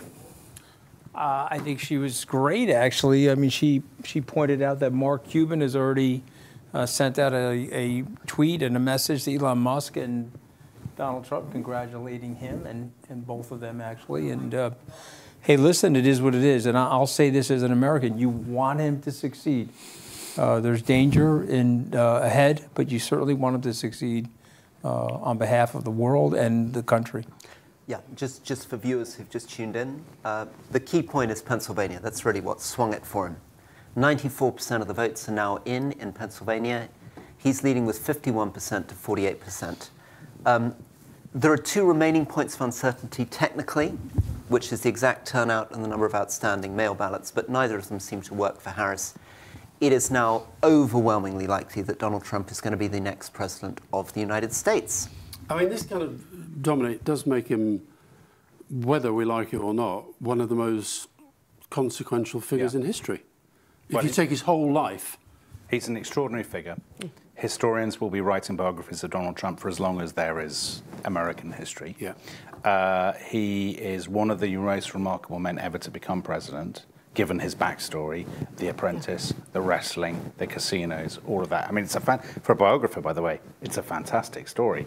But also, as we've said in earlier moments of this stream, but some of the people joining us now may not have heard it, only one person has done this before, Grover Cleveland, 1892. This is a very unusual moment in American politics, and it speaks to Trump's resilience, his kind of animal vitality, his drive, but also, frankly, his appeal. And it's not just about Trump, it's about Trump's audience and the people who have supported and enabled him. And that thing we were saying about that he has his own, he changes the laws of political physics, that things that would apply to absolutely everybody else. Absolutely. And we actually said that during, this campaign, that she had to be totally perfect and not make one mistake, and he could say whatever he liked and do whatever he likes. And actually, he is going to, he'll win from that. And stepping back, again, devastating blow. He won in 16, attempted to write it off as an exception. Since 16, more and more stuff has come out showing him utterly unfit for office. The world has got ever more dangerous the last 8 years. Every year, more refugees, more internally displaced people, more civilians killed in conflict. We're now in a world where Sudan is in flames, the Middle East is a horror show, Ukraine is now being pushed back by Russia on the front lines, and the United States voter has just delivered the worst possible man in this environment to take over. The worst for American democracy, but the worst also for the international order. Is this, this just popped into my head as you were speaking, is China, Taiwan more or less likely today, Dominic, than it was yesterday? Probably more. The Trump supporters' argument is that because Trump is perceived as a strong man, or indeed a madman, that therefore foreign autocrats will be frightened to mess with him. That's the claim they make about Ukraine. I've never bought that argument at all. I think if you're Xi Jinping, or indeed somebody who perhaps is more nationalistic and radical than Xi Jinping, younger, for example, you might look at the long term and you say, America is unstable, America is unreliable. Trump is an unpredictable and unreliable man, and when push comes to shove, is he going to go to war in defense of Taiwan? I think there's a good argument that he wouldn't. Yeah. And in the end, the entire deterrence around Taiwan is about the United States. It's all about, are those US aircraft carriers going to sail? Are the US missiles going to be fired? Are the nuclear submarines going to set to sea? Yeah. That's the only thing that's worrying China. Nobody else is holding them back. It's a difficult operation going into Taiwan, but the deterrence is from the US. And the defense that America put up for Ukraine, the $50 billion a year it's put in, will have given Xi Jinping a slight moment of pause, thinking, well, maybe, things didn't go so well for Putin, it's a bit difficult. If we now have Trump coming in, handing Ukraine effectively over to Russian interests, I would have thought the chance of something happening between China and Taiwan increases. Do you agree with that? I do agree with it, but can I channel a Trump supporter for a second to give you some sense for what they're thinking? Because I think Dominic's onto something. They're thinking that this is the beginning of a halcyon era for America.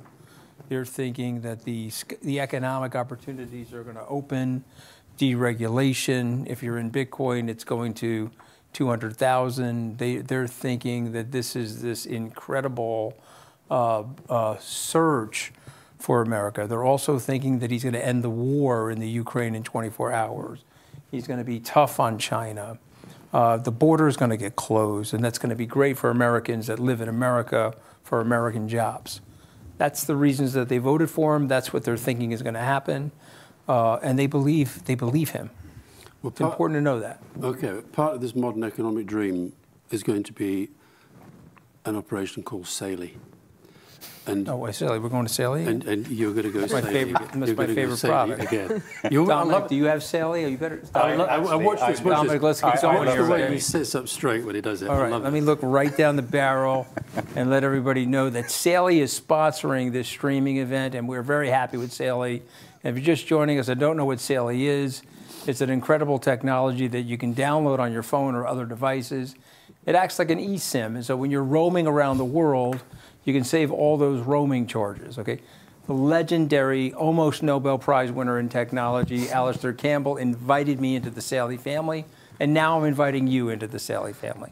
You can go to saley.com/TRIPUS and get the 15% discount that you deserve. So you'll get the 15% discount, and you'll save a lot of money with this wonderful technology known as Saley. Beautifully done, beautifully done.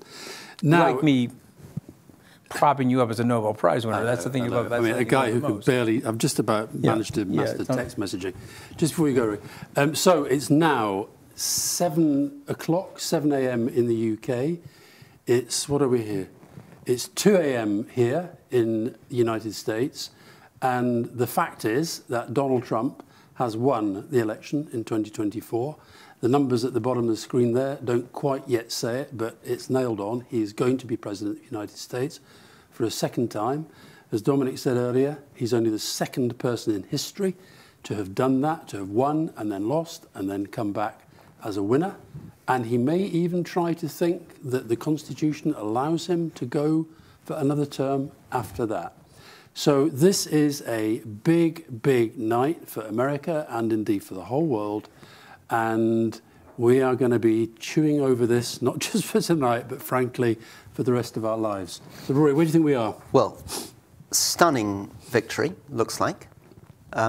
Looks like it'll be the sort of scale of 2016 in terms of electoral college votes. So maybe 306 for Trump, 232 for Harris. Win the popular vote? May also win the popular vote, which famously he didn't do. You remember when we interviewed Hillary Clinton and we said, why did you lose the election? She said, I didn't. Right? Because she won more votes than he did.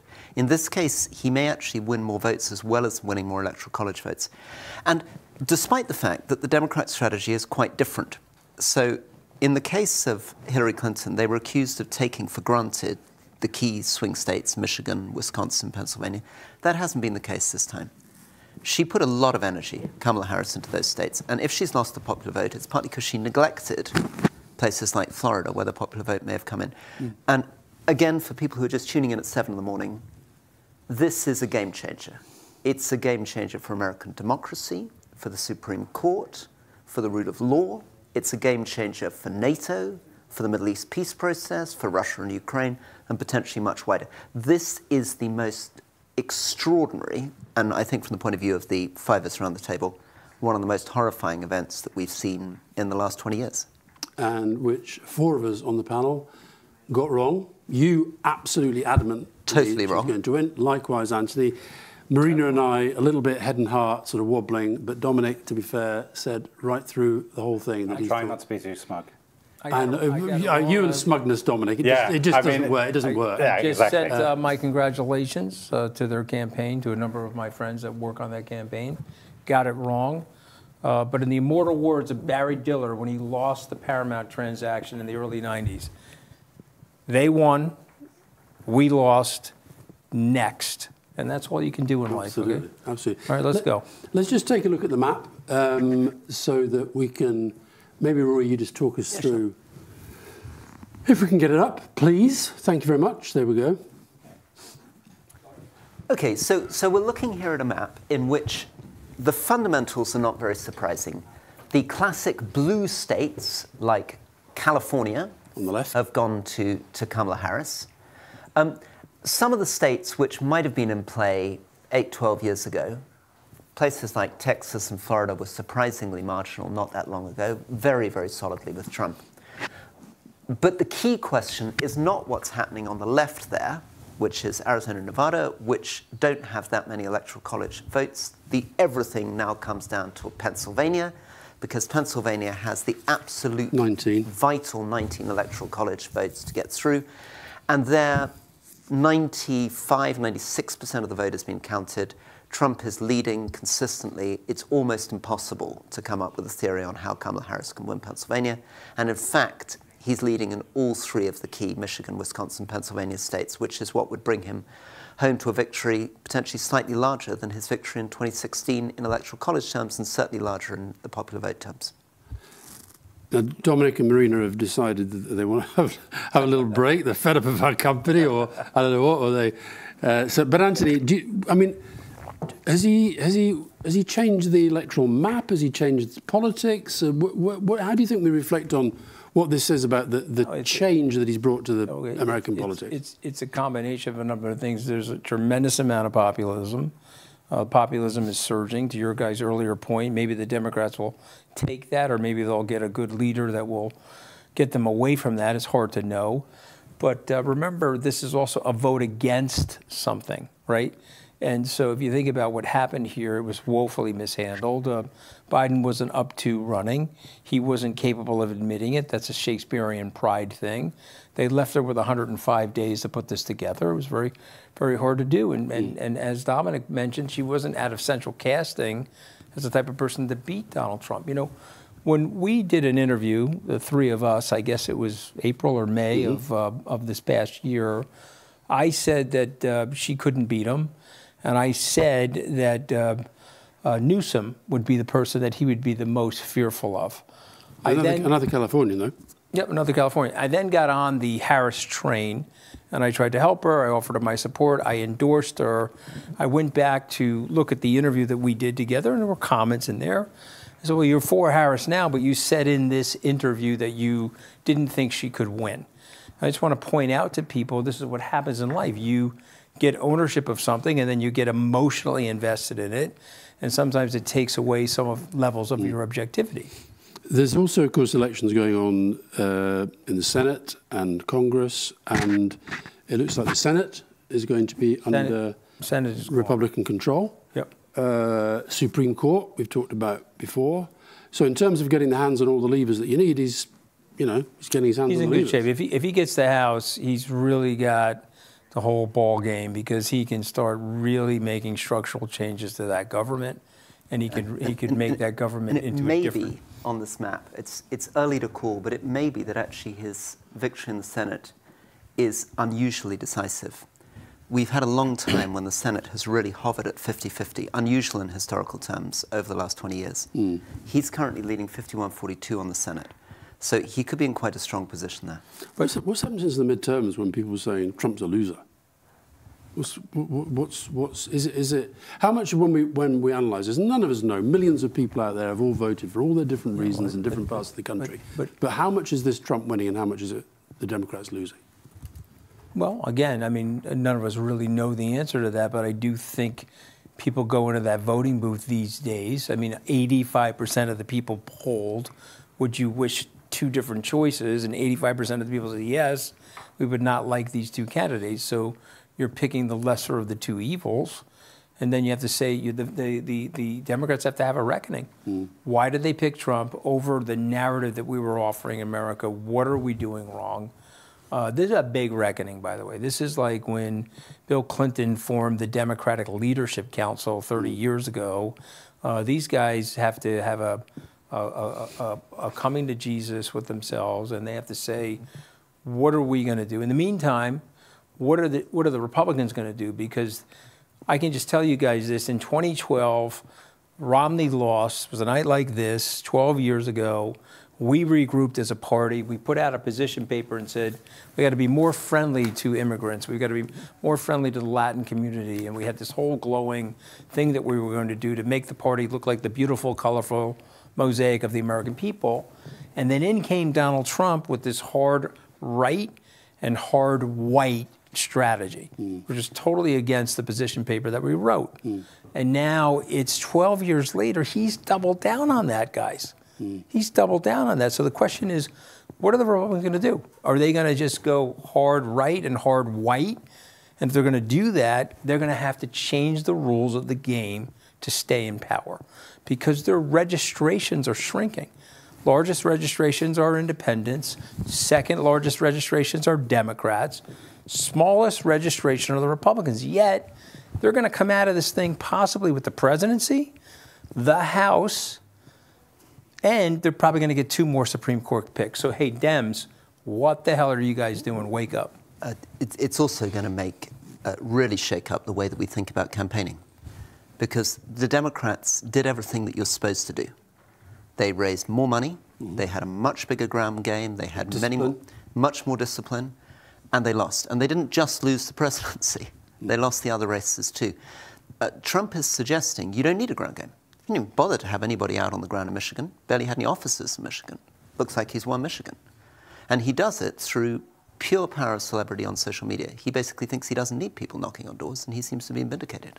You were saying, when we were off air, Anthony, you were telling me that there was this an issue that's on the ballot here in New York that's to do with the whole transgender issue. Just talk a little bit about that, because I didn't know that. Broader. It was written more broadly, okay, and I could pull it up on my computer, but it more, because I read it this morning when I voted, but it more or less said, listen, we want to be super inclusive, we want to be super inclusive to all races and sexual preferences and sexual orientations and people that are transgender, et cetera. But embedded in the language was that you know, if someone declared themselves a female, but they had the physicality of a male, they could go play sports with your daughter, or they could go play sports with your sister. Okay, the Catholic Church sent out an email to everybody and said, could you please vote no on this? We find this unacceptable. This is sort of against the culture and the traditions of the American family, and it's against the culture and the traditions of the Catholic Church. And I thought it was a very tone-deaf proposition. And I think people came out to vote, okay, and Democrats had less, I mean, this is a blue state, but there were people coming in to vote for that proposition, and then they voted for a slate of Republicans. Anthony, there's a great culture war going on. Yeah, following on from that, we've talked a lot about what it means for the rule of law, and we talked a lot about the international picture. What is this going to mean for Roe versus Wade? What's it going to mean for women's reproductive rights in the United States? Many of the women turning out to vote for Kamala Harris felt that an existential threat here was their right to be able to access safe abortion. And now Trump's been elected. And by the way, if you read Project 2025, you understand why. Yeah. It is existential. No. They made it very clear in there that they want to revoke it. They made it very clear in there that if you're in a state that doesn't have it, they'd like to monitor you. So if you have a pregnancy in a state that doesn't have the abortion, they want you to stay in that state. They don't want you to go to another state. They've also made it clear that if you have a health issue, the doctors are going to be questioned about what type of health care they're administering to you so that they can also factor in what's going on with the pregnancy. So, you know, I don't know. The women obviously didn't care enough about that to show up if you looked at the crosstabs. And so you have to say to yourself, you know, what will happen? Now, here's the weirdest thing about Donald Trump. He was a Democrat. He was pro-choice. He was reasonable. He went to Elton John's wedding, as an example. I mean, so he wasn't where he is today, but he's there now, and he's with a very large group of people that are there. And so are they going to cripple those rules, or is he personally going to push back on those people? Because when stuff was going down in terms of negating IVF in Alabama, Trump got involved and said, oh, my God, you guys, you can't do this. You're not going to win on this issue as Republicans. So it'll be interesting to see what he does. The question is, are you going to see a magnanimous Trump in the words of Churchill, in victory, magnanimity, or are you going to see a hyper-arrogant Trump who's going to triple down on the stuff that he's doing and thinking? Well, you know the guy. And I think the latter. I think it's going to be the latter. Yeah. Well, let's just say a quick thank you to NordVPN, who've sponsored this. NordVPN is an amazing app that you can put on your phone or your laptop. And what it does through a virtual private network is it protects you from the web, protects you from malicious stuff on websites and attacks. It's something that we've all got. We're very proud to travel with. And if you would like to sign up to NordVPN, we'd encourage you to do that. nordvpn.com/restispolitics for the best discounts available. And just to sort of bring up to date, they have this extraordinary system here where essentially the television networks are the ones who ultimately decide when to say that something's been won or lost or whatever, and they're pretty much all of the view that Donald Trump is going to be the next president. CNN, ABC have said that he has definitely won Pennsylvania, and very, very, very hard to see how Kamala Harris comes back from that. If he's won Pennsylvania, she cannot win. Yeah. That's too many votes to him now. Yeah, exactly.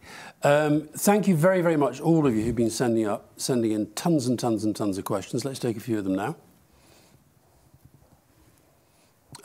David Rowlands, what about Trump's sentencing? What happens to that? So I don't know the answer to that, but I think there's no chance that he goes to jail now.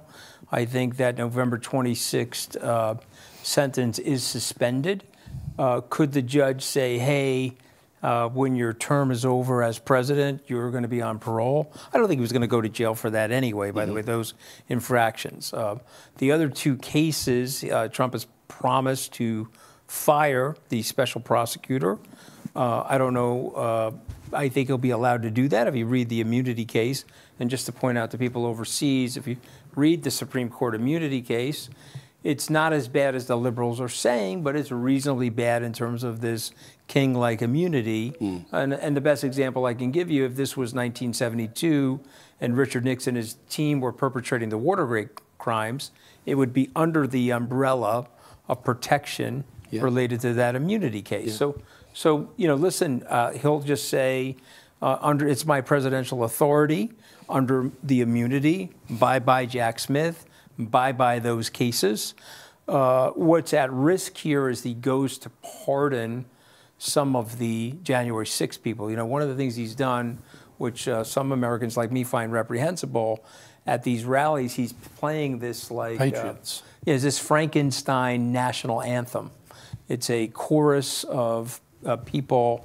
He puts on the cell phone, and there's people in jail that are singing a song related to the January 6th insurrection, and he says that these people are being held hostage, and these are freedom fighters, and these people are going to be pardoned by him. And so if he goes to do that, I think that'll be a real big blow to the rule of law and a big blow to the justice system in the United States, because a lot of those people committed and perpetrated real crimes at the Capitol.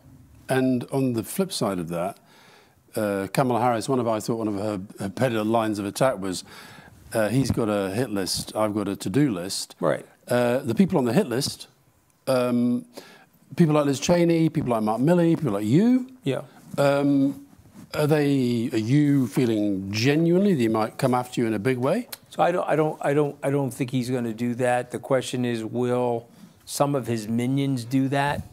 Okay, because again, they want to out-Trump Trump. I think Trump is going to be so busy, and I think he's got so many things that he wants to do, and there's things he wants to do that are probably potentially lucrative for him and his family, in addition to the other things that he wants to do related to changing the government of the United States. I don't think he's going to do that. Okay. Next question. Saul, is Kamala Harris regretting choosing Tim Walz over Josh Shapiro? If she loses Pennsylvania, will it be because she picked the wrong running mate? Dominic's not here, but he, I know, did say earlier that he thought Josh Shapiro would have been a very difficult choice because of his very, very, very strong position on Israel. And that was also your view. I think that the obvious thing to do would have been to choose as a running mate somebody from Pennsylvania, given it mattered so much. or to choose someone from Michigan, given it mattered so much. It was eccentric, to say the least, to have both a presidential and a vice presidential candidate from states which were likely to be safe Democratic states. And were not but how would it have been? I mean, everybody thinks Gretchen Whitmer would have been a great, great politician, but two women on the ticket, would that have worked? Maybe she may have not even wanted it, or you don't even know what was going on in the underlying vetting process. If someone was paying a domestic helper cash, as an example, that would have been immediately disqualifying when they do the background checks. I'm not suggesting. But it's all right to get 34 felonies and you get convicted for that. Well, again, he is a guy that has broken the standards. He is a guy that gets a free pass on all these different things. But again, you have to give this woman credit. I think she ran as good of a campaign as you can run. You cannot put into somebody what God left out. She's not Barack Obama. She's not Franklin Roosevelt. She was a very good, capable prosecutor and a good senator from the state of California. She's not an oratorically flourishing human being. She has charisma and a great smile, but she's not the Energizer bunny that Donald Trump represents. You have to be very honest about all this stuff. You gave her a 100-day window to execute on everything. She had to consolidate the party. She had to get all the delegates. She had to stop a civil war. There was no way a fragmented party, they couldn't win with the consolidation. They weren't going to win with a fragmentation. She got everybody to the convention. She made the decision that Shapiro was going to be over the line for many different reasons. And she liked Shapiro. They're good friends. So she went with Waltz. Both parties went to their base. Waltz was left-leaning. She's left-leaning. We're going to our base. Donald Trump said, I'm not going with Nikki Haley. I'm going with J.D. Vance. He's in my base. And they both went through their base. It turns out Trump brought his base to the party, and she couldn't ignite hers. Okay. Take another question.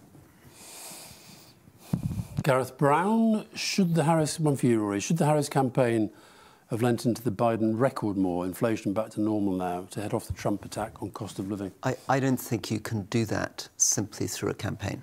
I think if people feel that cost of living is against them, if they feel economically worse off, there's no point putting out campaign ads and telling them that they're better off if they feel worse off in their pocket.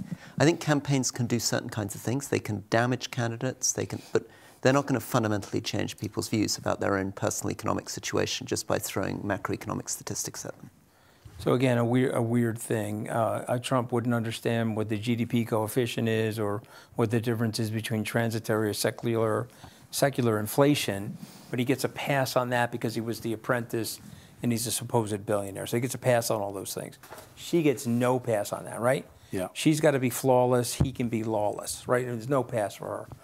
And so anyway, just to finish this up, she didn't have the capability or the competence in that area to get the American people comfortable with her on the economy.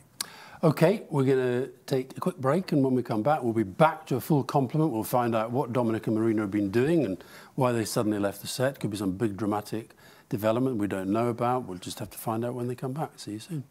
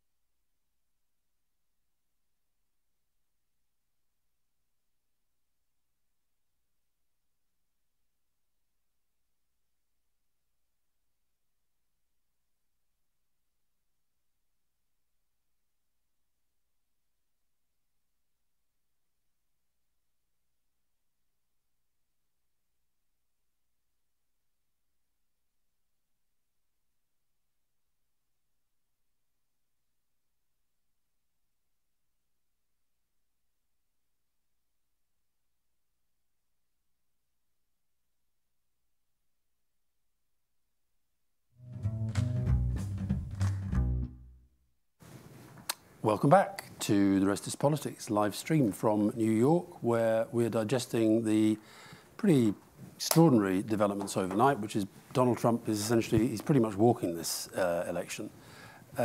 So heaven knows what Joe Biden and Kamala Harris and their teams, and Kamala Harris' teams are feeling right now, but that is a big, big, big blow to take. Dominic, I want to ask you, with your historical hat on, which other presidents of the past should we maybe be thinking about that in some way are sort of, you know, we sometimes think of there's Lincoln and there's Obama. Who should we think about with Trump and historical figures? So we've often talked about Trump as though he's kind of sui generis, as though he's unique. And I don't think he is unique. I think you can see the roots of Trump and Trumpism in previous American candidates. In fact, a couple of weeks ago, I reviewed for the Sunday Times a new biography of Ronald Reagan by a guy called Max Boot, who used to be a very, very keen Republican. I remember. Left the Republican Party, is now a never-Trumper. And he points out Reagan was came from the media. He was written off because he had a show business background. People laughed at him. They treated him as a freak, as an aberration in American politics. Reagan came to public attention in California as a politician in 1966 on a law and order message, hammering hippies, hammering rioters, that Reagan told tall stories, he told exaggerated anecdotes, and that Reagan had a kind of Teflon quality and a charisma that meant that he could ride out any criticism. Go on, Rory. I think the difference, though, is that Reagan was an extremely generous, good-humoured, gracious man. And his farewell speech was extraordinary. And actually was capable of really good reaching across the aisle when he needed to. And I totally agree. Part of the problem with Trump is this incredibly abrasive, zero-sum, aggressive Reagan is sunny. Reagan is an optimist. Trump has a darkness to him that Reagan never had. And I think that's also true if you look at these lovely anecdotes about, you know, Thatcher ringing to complain to Reagan about the invasion of Grenada and him taking the phone away from his ear and saying, what a wonderful woman. Yeah. So certainly in terms of NATO, in terms of international security, that's where I disagree with Max Boot, actually. I've often disagreed with Max Boot. He was wrong on Iraq. I think he's wrong on this. Is that Reagan was much more conventional in the end in terms of the tradition from troop But Reagan is the product of an era in which those things are taken for granted, right? Trump has come to power in an era where the consensus is fragmented. As Marina has said so many times, there's no common ground anymore, and in which the shadow of the war no longer hangs heavy as it did for Reagan. So the context is different, and they're different temperamentally. So Trump is on the stage right now. He's about to speak, so just so people know. But on Max Boot, I did go to his book party with David Frum, one of our guests. I read his book. I agree with you. I guess the only thing I would say that I would want to add is Reagan was incredibly thoughtful. There's diaries of lots of policy. So people had him as a second-grade intellect, or second-rate intellect, I should say. But he had reams and reams of data that he was working on his whole career. And his staff liked Reagan and were loyal to Reagan in the way that people didn't like working for Trump and not loyal to Trump. I mean, he didn't have this massive turnover. He was able to delegate properly. Just for people who are watching and are a bit confused by the fact that Trump seems to be ready to announce that he's won, and CNN is announcing he's taken Pennsylvania, taking him closer to victory. The way of answering this perplex is that Alaska, which is 99% going to go Republican, has only had 55% of its votes counted because it's a great, big, enormous, snowbound state. But if you assume the 3 electoral college votes from Alaska go over towards Trump, once he's won Pennsylvania, and Pennsylvania's counted well nearly 100% of its votes, he's won. It doesn't matter what happens in Wisconsin and Michigan, and that's why people are now confident that he'll do it. That's the 267 there, sorry. You can see it now on the screen. 3 more from Alaska, he's done it, and there's no way any Democrat is winning Alaska. Marina, the one really, really good thing for you, I can see your heart sort of breaking over there, is that you being here with us means that you're not doing what a lot of people in the world will be doing right now, which is watching Donald Trump, who is speaking in Florida to his adoring fans, and no doubt. Well, Dominic and I were slightly hoping that we would catch him as we went out there, but he has kept everyone waiting. Yeah. So and I guess you do. Look, the guy. We've all said lots of really, really harsh things about him, and meant them, and still mean them. But you have to acknowledge this is some political achievement to do this. I'm interested what the those sort of greybeard Republicans who stayed out of it because they were waiting for him to lose and then were going to turn up and sort of remake the party or try and pull the party back onto what they think is the right track. I wonder how they're feeling right now. What do you think, Anthony, that those people who are going to sort of try and shape it and I don't know, rebuild it? Well, listen, we have a great historian here. I think this gentleman knows that Churchill was in the wilderness. His team was going towards the Nazis. Aristocrats were going towards the Nazis. They appeased the Nazis. You had one guy stand up and say, hey, this is absolutely wrong. We cannot do this. We can't negotiate with somebody when our head is in the mouth of a lion. And these guys didn't have the guts to stand up to Trump. They just didn't. And all this equivocating nonsense, oh, I'm not going to vote for the guy, but I'm not going to say anything positive about her because I'm going to rebuild the party.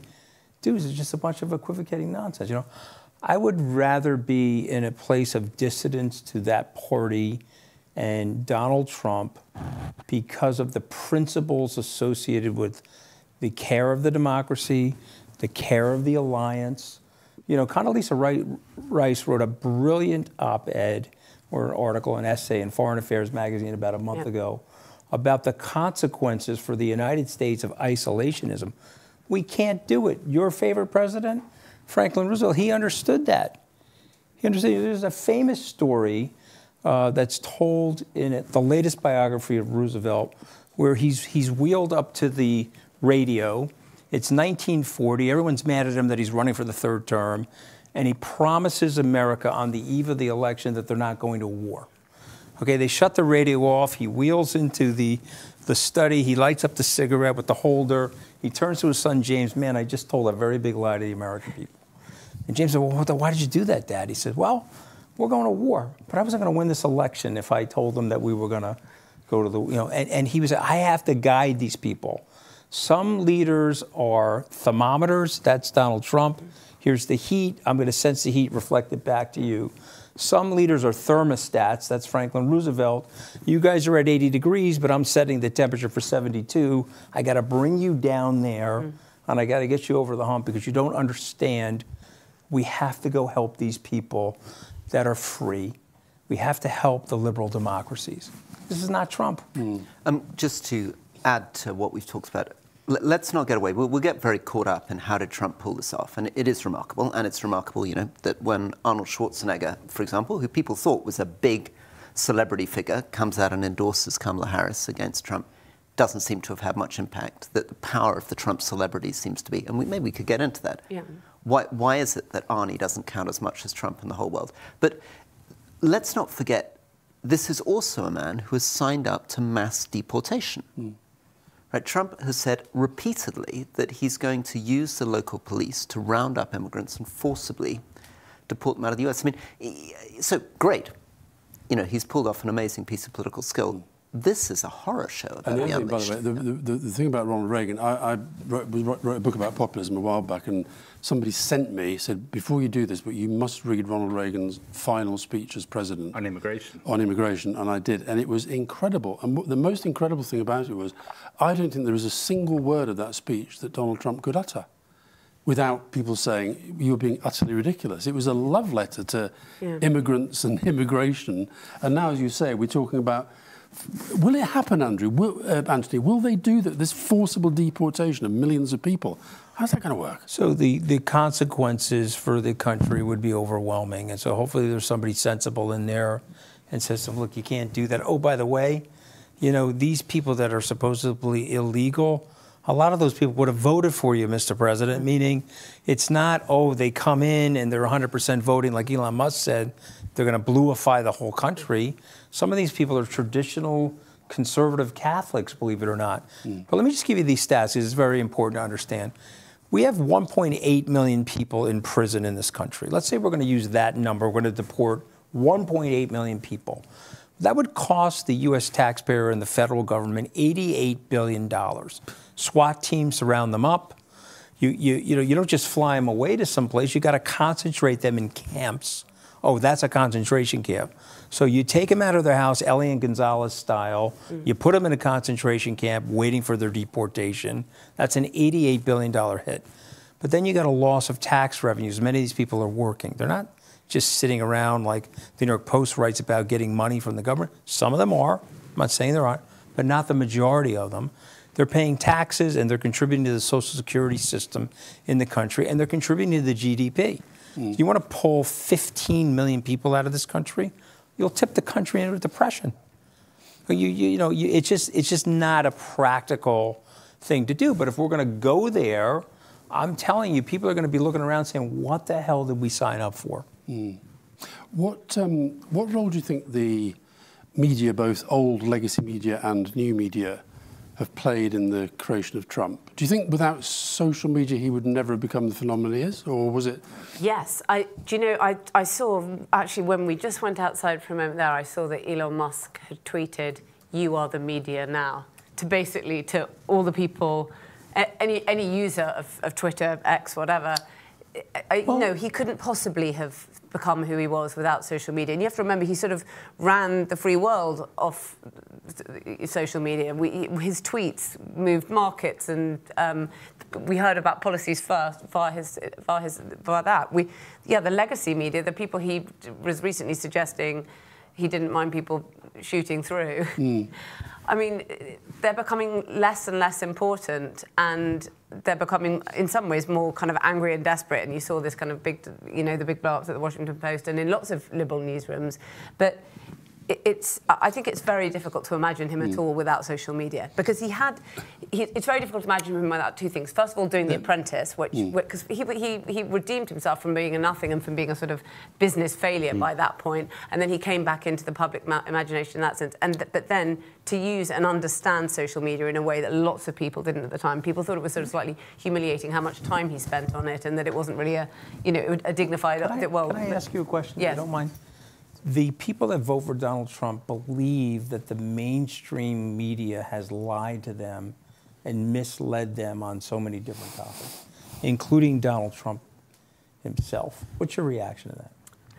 Well, I mean, the mainstream media certainly missed that anger and their upset after things like the financial crisis, which is why after his first victory in 2016, you kept seeing all these people sort of going to do outreach and to try and understand left behind people. And I think that people probably felt, I do think that, when you look back at the 2000s and we thought that maybe 9/11 was the most significant event, and it's so obvious now that the financial crisis of 2008 was the biggest event, and the failure to properly reckon with it, and the failure to maybe pursue people and, I don't know, have show trials or whatever it was to sort of say that you've dealt with this.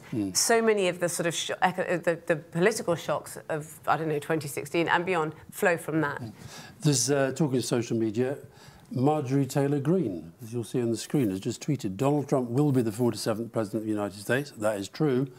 "I can't wait," she says, "to dismantle the weaponized government and for President Trump to pardon the politically prosecuted January 6ers. What do you make of that? And dismantling the government, I mean, I'd love you to think about this a bit, because that's not something that Reagan was doing in quite this way. I mean, yes, he made jokes about, rolling back the snake. I'm from the government, I'm here to help you. But they presumably will think that they were lucky to win this. They've been telling themselves for months that they are the victims of an establishment conspiracy, that the civil service is against them, the mainstream media is against them, all the celebrities are against them.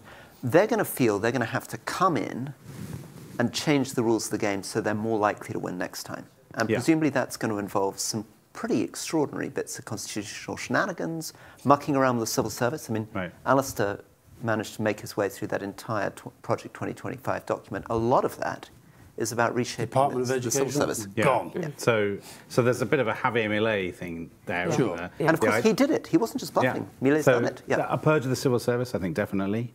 I mean, the one thing I would say is, don't forget, a president has less power than most people imagine. This is a federal system where the states still have a lot of power, and in your day-to-day life, your state government, your local administration often matters just as much as the presidency does. However, the president undoubtedly sets the tone, and the federal government does matter. I mean, I think the scary thing about that, actually, is the last bit. Pardon the politically prosecuted January 6th. Because I think what that is telling you is that the drive to an ever more sort of strident polarization will continue, and that actually people like Marjorie Taylor Greene see this victory as vindication, as validation of that strategy. And I think we've said before, people not just in America but in the Western world generally will look at this result and will say, listen, aggression, resentment, the politics of outrage, and indeed the weaponization of the civil service, the polarization of the Constitution, all of those kinds of things, that is the way forward. That is 21st century politics now. But is that not, I don't want to revisit in full the argument that you two had earlier, but when I saw that, I thought, oh, well, there's a sort of wannabe fascist there. That definitely, so reading that, I did think that, that has, the idea that you use the apparatus of government to pardon people who've carried out violent acts that have led to people's deaths. It's a terrible cliche, but when you read that, you do think, I have seen this before. And when you hear Anthony literally use the phrase concentration camps. Yeah. Well, by the way, the deportations, that would be an act of effectively a kind of ethnic cleansing on the scale with which, the scale we saw in Europe at the end of the Second World War, the movement of hundreds of thousands of millions of people. So what do European, if that would start, what is a European leader to say? We spoke out against Bosnia, in Kosovo. We've been pretty strong when we see ethnic cleansing on our doorstep. If we saw that sort of thing here, do we all sit back and say, oh well, he won, move on? But here's the old dilemma, right? America is your essential ally. So I don't know how you answer that question. If I'm Starmer's advisor, I don't know what I say to him. How do you deal with that when you need America in Europe? And look, we're not actually often calling out China very much on what's happening in Xinjiang. We're certainly not calling out Modi because we desperately need him as an ally, and he's doing horrible things, the Muslim community in India. So I think that is going to be a problem. Listen, another thing is that a lot of the people voting for him and Trump's inner circle don't really like the idea of democracy. They believe in the idea of strong people. They sort of look at Putin and China and they think these guys get stuff done. Right? They're respected around the world, they build stuff. And of course that's how Orban thinks about things, and that is how Kikel in Austria thinks about things, that's how the AfD thinks about things, pretty much how Le Pen thinks about things. So there is a sense now, I think, that we may see in the next few months a coalescing of all these different characters from Europe as well, coming around the idea that basically liberal democracy is a bit wet, it's a bit ineffective, a bit useless. And that was, to some extent, the conclusions of the 20s and 30s for some of those parties. Yeah, we've got an interview coming up in the next few weeks, I think, with David Petraeus, former head of the CIA, five-star general, all that stuff. And it was fascinating, this, Anthony, and he's not the only one that we've talked to in senior levels of the American administration, former administration, establishment, what have you, who he kept talking about Viktor Orban. He kept sort of saying, that Orban is a very big figure for the American right. And this is a tiny country, Hungary, and yet he's become this, and that's because there's this kind of network. So you have to understand the new American right. And again, I would ask people to Google Curtis Yarvin. He is a professor that believes in a monarchy for the United States. And he believes... Dom and I believe in that too, obviously. Okay, so if you believe in that, I don't believe in that, but if these people do, Mooch. And I'm just letting you know that Yarvin, his acolytes include Peter Thiel, Elon Musk, J.D. Vance, and they believe that the democracy in the United States is obsolete, it no longer works, and they would like a group of elites. And I'll remind you guys, because you're Brits, of the movie Remains of the Day. You remember Anthony Hopkins in Remains of the Day? Yeah. Where the aristocrat is looking at the butler and saying, so what do you think of the monetary policy? I don't know, sir. Well, what do you think about our geopolitical position? I don't know, sir. And then he scoffs, and he looks at his fellow elites, and he says, these people don't know anything. Why the hell are we giving them a chance to vote? And then the point of the movie, the elites stupidly are now welcoming the Nazis into this guy's manor house because elites sometimes can't make the judgment. And what Lincoln said about America, there's wisdom in crowds. There's wisdom in people seeing things. Okay, this movement cannot be ignored. No. Somebody has to say to themselves on the Democratic side, hey, we're missing something here. If he directly threatens the democracy and he kills the democracy, we're accomplices to it because we didn't take it seriously enough. And if he doesn't, and I hope and pray that he doesn't, how the hell are we going to win back the moderation in America? And how are we going to strengthen the institutions that have made America prosperous, free, and safe? Rory knows about this. I'm obsessed with a book that was written in 1997. The Sovereign Individual. Sovereign Individual. Jacob Rees-Mogg's dad, William Rees-Mogg, with Davidson. John Davidson. John Davidson. And yesterday or the day before, Elon Musk, in one of the many thousands of tweets that he's put out in recent days, he was attacking the United Nations, and essentially was saying that it's served its purpose, but actually the world now is so difficult and so complicated, you kind of need really, really clever people like us to sort of take this over. He was really making the argument for the sovereign individual. And I think that's what this has always been about. I felt Brexit was about that.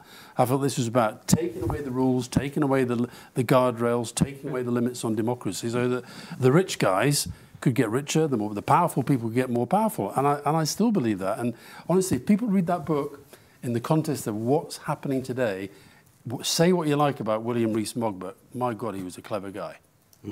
So it's basically a kind of libertarian anarchism, isn't it? That's what they want. Totally. It's actually the odd thing is people talk about it as conservatism, but it's the opposite of conservatism. Absolutely. Conservatives believe in institutions, traditions. Yeah. These guys, Musk and co, they want to burn all that because they think, as Rory said, they think it's wet. They think it's effete and boring and limiting and stagnant. Who wrote the foreword to the new paperback of The Sovereign Individual? You know? Peter Thiel. Peter Thiel. Was it Peter Thiel? Yeah. Was it? Yeah. Wow. These guys, they believe in that stridently. It's sort of their Bible. Yeah, and Project 25, that document, again, if people haven't read it yet, it is a long read and it's a tough read, but it's definitely worth reading. And yet what so many of the people who voted for him are thinking is, please intervene, help me make my life better. So it's this real contradiction with that. Anthony, you're doing the old slump thing again, but you're going to have to sit, sit up because we've got a Saley moment. No, I'm doing the slump things. My back is always hurting me. I know you've got a bad back. But yeah, I had a bicycle accident that I'm still dealing with. Talking about Saley. Rory, you got to pay attention here. Do you have Saley on your phone, sir? I don't. Tell us about Saley. Okay, so you got to get Saley on your phone. You download Saley. It's a eSIM, and so when you're roaming around the world, which I do a lot you get no roaming charges. It's fantastic, and it's obviously made by Nord Security. And if you are a family member of ours, and we certainly want you to be, you can get a 15% discount. You've got to go to Saley.com/tripus. Alistair introduced me to this wonderful product. Thank you, Alistair. Do you have Saley, Marina? I'm going to after this. Okay, you got to get it. Let me assure you. Okay, I'll help you download it. But when you're traveling around, you are going to be saving tons of money. Okay. That's my pitch for Saley. How did I do, Alice? Listen, okay? yeah, I don't think there's anybody who's watched this who isn't by now absolutely downloading Saley because you've sold it. Despite the absolute brutality of the blow that you've taken tonight with the result, but you still get out there and you... Yeah, and I wasn't wearing a cup. You know what I mean? Yeah. I needed an athletic supporter. Yeah, that's good. Someone is saying here that I said that all Republicans are Nazis. I just want to state publicly, I've not said that. I think that Trump has fascist tendencies. I will maintain that. Even the way he's talking tonight, go take a look at his acceptance speech, which I'm getting the feed of and the transcript of. It's nonsensical. Anthony, it's not American. You're meant to be the great salesman. Don't tell our viewers and listeners to leave us. I'll leave it. No, I don't want to leave it. No. We'll show it to them later. They don't need to worry about it. I'm not trying anybody to leave them. I just thought, I'm going to stick to my guns because I love my country. I know you do. Let's take some questions. Here we go. James Murray. Oh, I don't know who's going to take that one. Does character matter in politics anymore? Is Trump an exception? Character, Dominic, do you think it matters? It does matter. I think character really matters enormously, but Trump's character has been a plus for him. I mean, that sounds counterintuitive, but Trump's his contempt for the rules, his larger-than-life persona, his aggression, his enthusiasm for identifying enemies, his self-narrativization. Yeah. The sense that he has, I think a lot of very successful politicians do. And I'm talking not just about populists, but politicians of all kinds. Thatcher had it, Blair had it. The sense that you are the star. You're comfortable being the star. You are life is a drama, and you have been cast as the hero. The main character. And everything, yeah, main character syndrome. Yeah. He has that in spades. And he has a very clearly defined character, and that character is the antithesis of what people think politicians are. And so that kind of classic conventional politician's character, people quite clearly don't like it, and we're always looking for people to show us the human or show us the whatever. And I'm afraid, you know, whatever he shows us, he has such a clearly defined character. It's quite hard to define Harris's character in lots of ways. I mean, she was a decent prosecutor. Is that a character? She has, some people say, an annoying laugh. Is that a character? I don't think we knew quite enough about what her actual character was, but she had to be so careful all the way through, as we've said. It's kind of, his character can be whatever it likes. Let's take another question. Ellie Dubb, what happened? Chances are we won't know the results until potentially days after. Yeah, we've been spending the whole week saying, oh, when will we get home? We'll just stay until it's over. What's happened that votes have been counted in ways to determine when we're Well, so I was catastrophically wrong on Kamala Harris, but I was totally right on this. I hope you'll give me credit for this. I was sending a lot of notes to the team saying this could be like 2016, and in fact the results are coming exactly like 2016, almost to the minute. The whole thing was decided almost exactly the same. If you go through, 2:30 a.m. is when Trump captured Wisconsin. 2:30 is when we basically got the call. This is Eastern time on Pennsylvania. So, yes, this is a rerun of 2016. And what happens when they get a comfortable big victory in the way that Trump did in 2016 and now, the results come in much more quickly. People were thrown off balance because they interpreted 50-50. The 50-50 polls to mean that it would be so close that they'd be counting for days and worrying about the mail. Now, of course, the pollsters will point out, because the 3% margin of error, they could be on 50-50, and actually one side could win comfortably. That, of course, is what I was gambling on. I just gambled in the wrong direction. And he has, as we said, he might won the popular vote. Let's take another question. Before you do that, can I just say something? Yeah. He did something brilliant that we have to accept and acknowledge. He went to New York. He gained popular vote there. He went to California. I don't know if you guys remember that rally. He did about 10 or 12 days ago, gained popular vote there. He was going to places and people were saying, well, why is he doing that? Waste of time, waste of time. But his team knew that if he won the Electoral College and won the popular vote, wow, what a big mandate he has as president. And the Senate. And the Senate. And it helped those candidates in those races, whether we like it or not. That's what happened. Question here from Jim Gallagher, at Dunfermline Boy. Where did Dunfermline play? Do you know the Dunfermline Stadium? No, I do know the king sat in Dunfermline town drinking the blood red wine. But okay, I guess that's not bad, but it's not. I think it's is it East End Park? I can't remember. Do you think Trump will finish his term?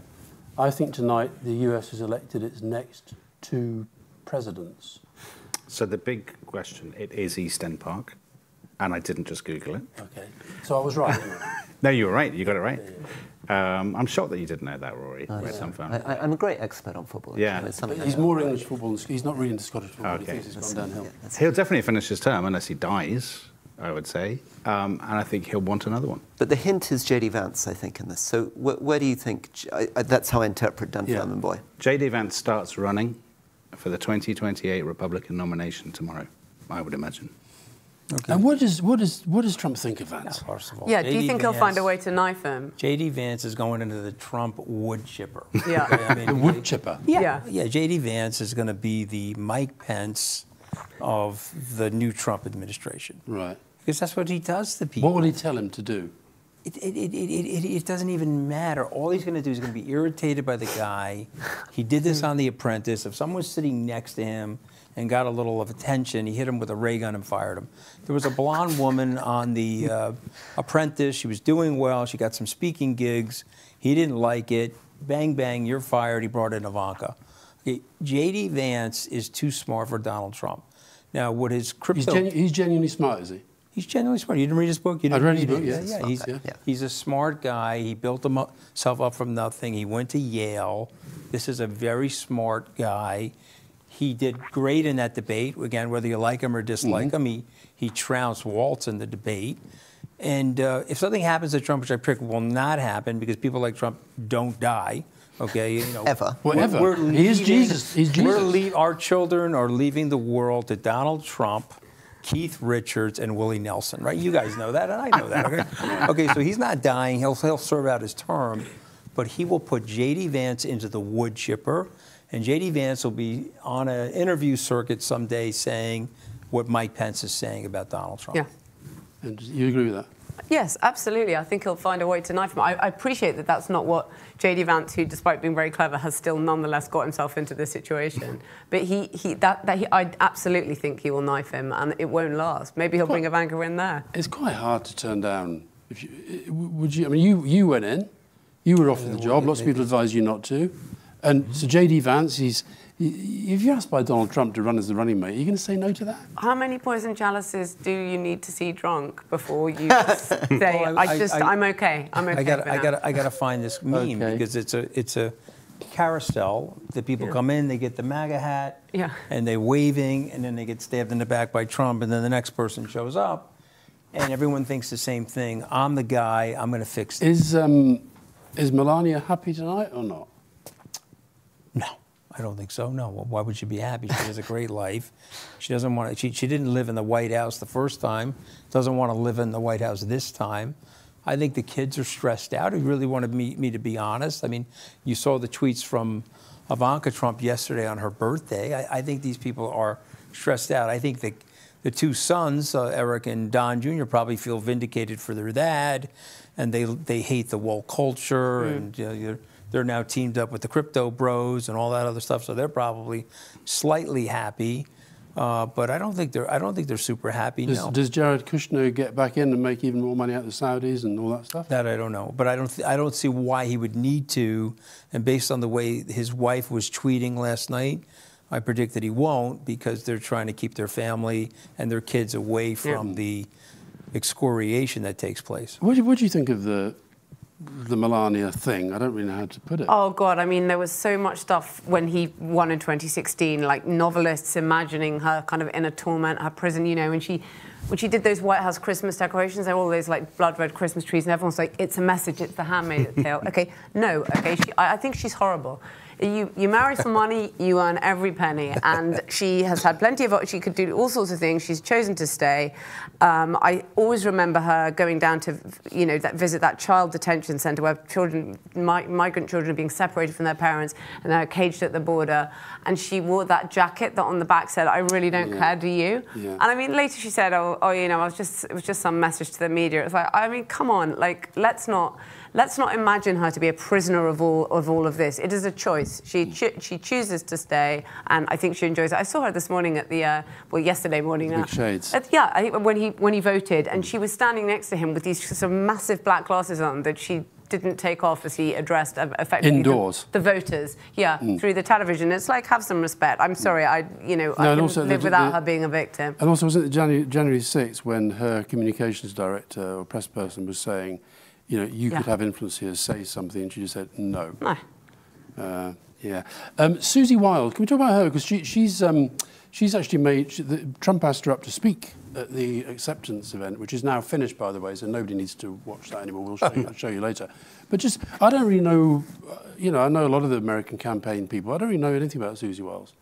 Well, listen, she's incredibly talented. Her father was actually the place kicker for the New York Giants and had a Gary Lineker-like role in the United States in the 70s and 80s. He was teamed up with somebody, John Madden. He was the play-by-play announcer for American football. John Madden was the color commentator. Very, very famous guy. He was an alcoholic. Susie writes about this in her memoirs, that she grew up in an alcoholic's family. She worked for the Bushes. She's worked for other Republican campaigns. She was incredibly instrumental in getting Ron DeSantis over the finish line as governor in Florida. And she got Donald Trump to endorse Ron DeSantis. And frankly, Ron DeSantis likely wouldn't have won. Just imagine that state if the Democrat had won. In 2018, DeSantis won the state. She went to DeSantis and said, please, stay out of this thing. Don't run against Donald Trump. He endorsed you, blah, blah, blah. DeSantis raised $150 million and ran against Trump, and Susie slayed him. So she's incredibly formidable. And I will tell you something about Trump. She's age appropriate for Trump because Trump is an ageist. Okay, if you're 70, he's listening to you. If you're 80, he's listening to you. If you're 40, he's really not listening to you. And Susie's at the right age for him, where he actually took her advice, and he was on discipline, on discipline, on discipline. He broke from Susie after Biden left the race and Harris came into the race. And he says, okay, I gotta go at her for racism, misogyny, and I gotta go super hard at her for anti-immigration. Susie told him he didn't need to do that. He did it, he won. You know, you gotta look, you know, again, you gotta give him his due, okay? He is returned to the presidency, greatest political comeback in U.S. history. Okay, well, look, I think we're coming up to what, 3 a.m.? Yeah, We are. 8 a.m. in the UK. We've got an hour to go on this. 1 hour a week. Stream. 1 hour a week, Alistair. You and me, baby. Yeah, We're gonna do the podcast 1 hour a week. Okay. And yeah, you love it. You love it. Recruiting lies. Yeah. Trump on Musk. He's a character. He's a special guy. He's a super genius. Well, I can't wait to see this Department of Government Efficiency. I kind of. Well, first of all, Musk can't work in the Department of Government Efficiency because he's not going to abandon SpaceX. He's not going to abandon Tesla. So he can't work in that department. He has too many conflicts of interest. Can he advise the government? Sure. Can he try to staff the government? Conflicts of interest, doesn't Sure. he? Because his businesses yeah. are so enmeshed with the government that he loves the conflict. I think it's going to be very, very hard. Yeah, okay. Anyway, we're going to take a quick break and then we're going to come back for that final hour of this second live stream. We'll see you soon.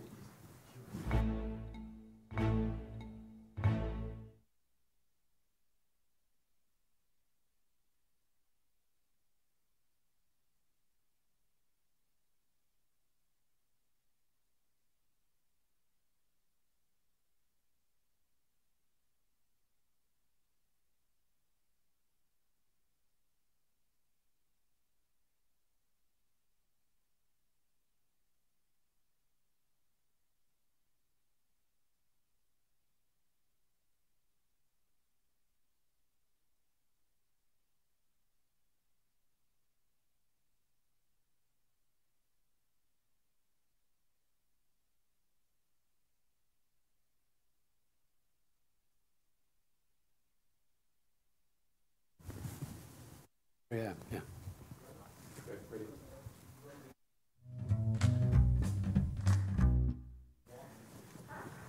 Welcome back to the Rest is Politics US election live stream. I'm Alistair Campbell with Rory Stewart. And I'm Rory Stewart, yeah. Oh, stop it. Anthony Scaramucci, Maureen Hyde and Dominic Sambrook.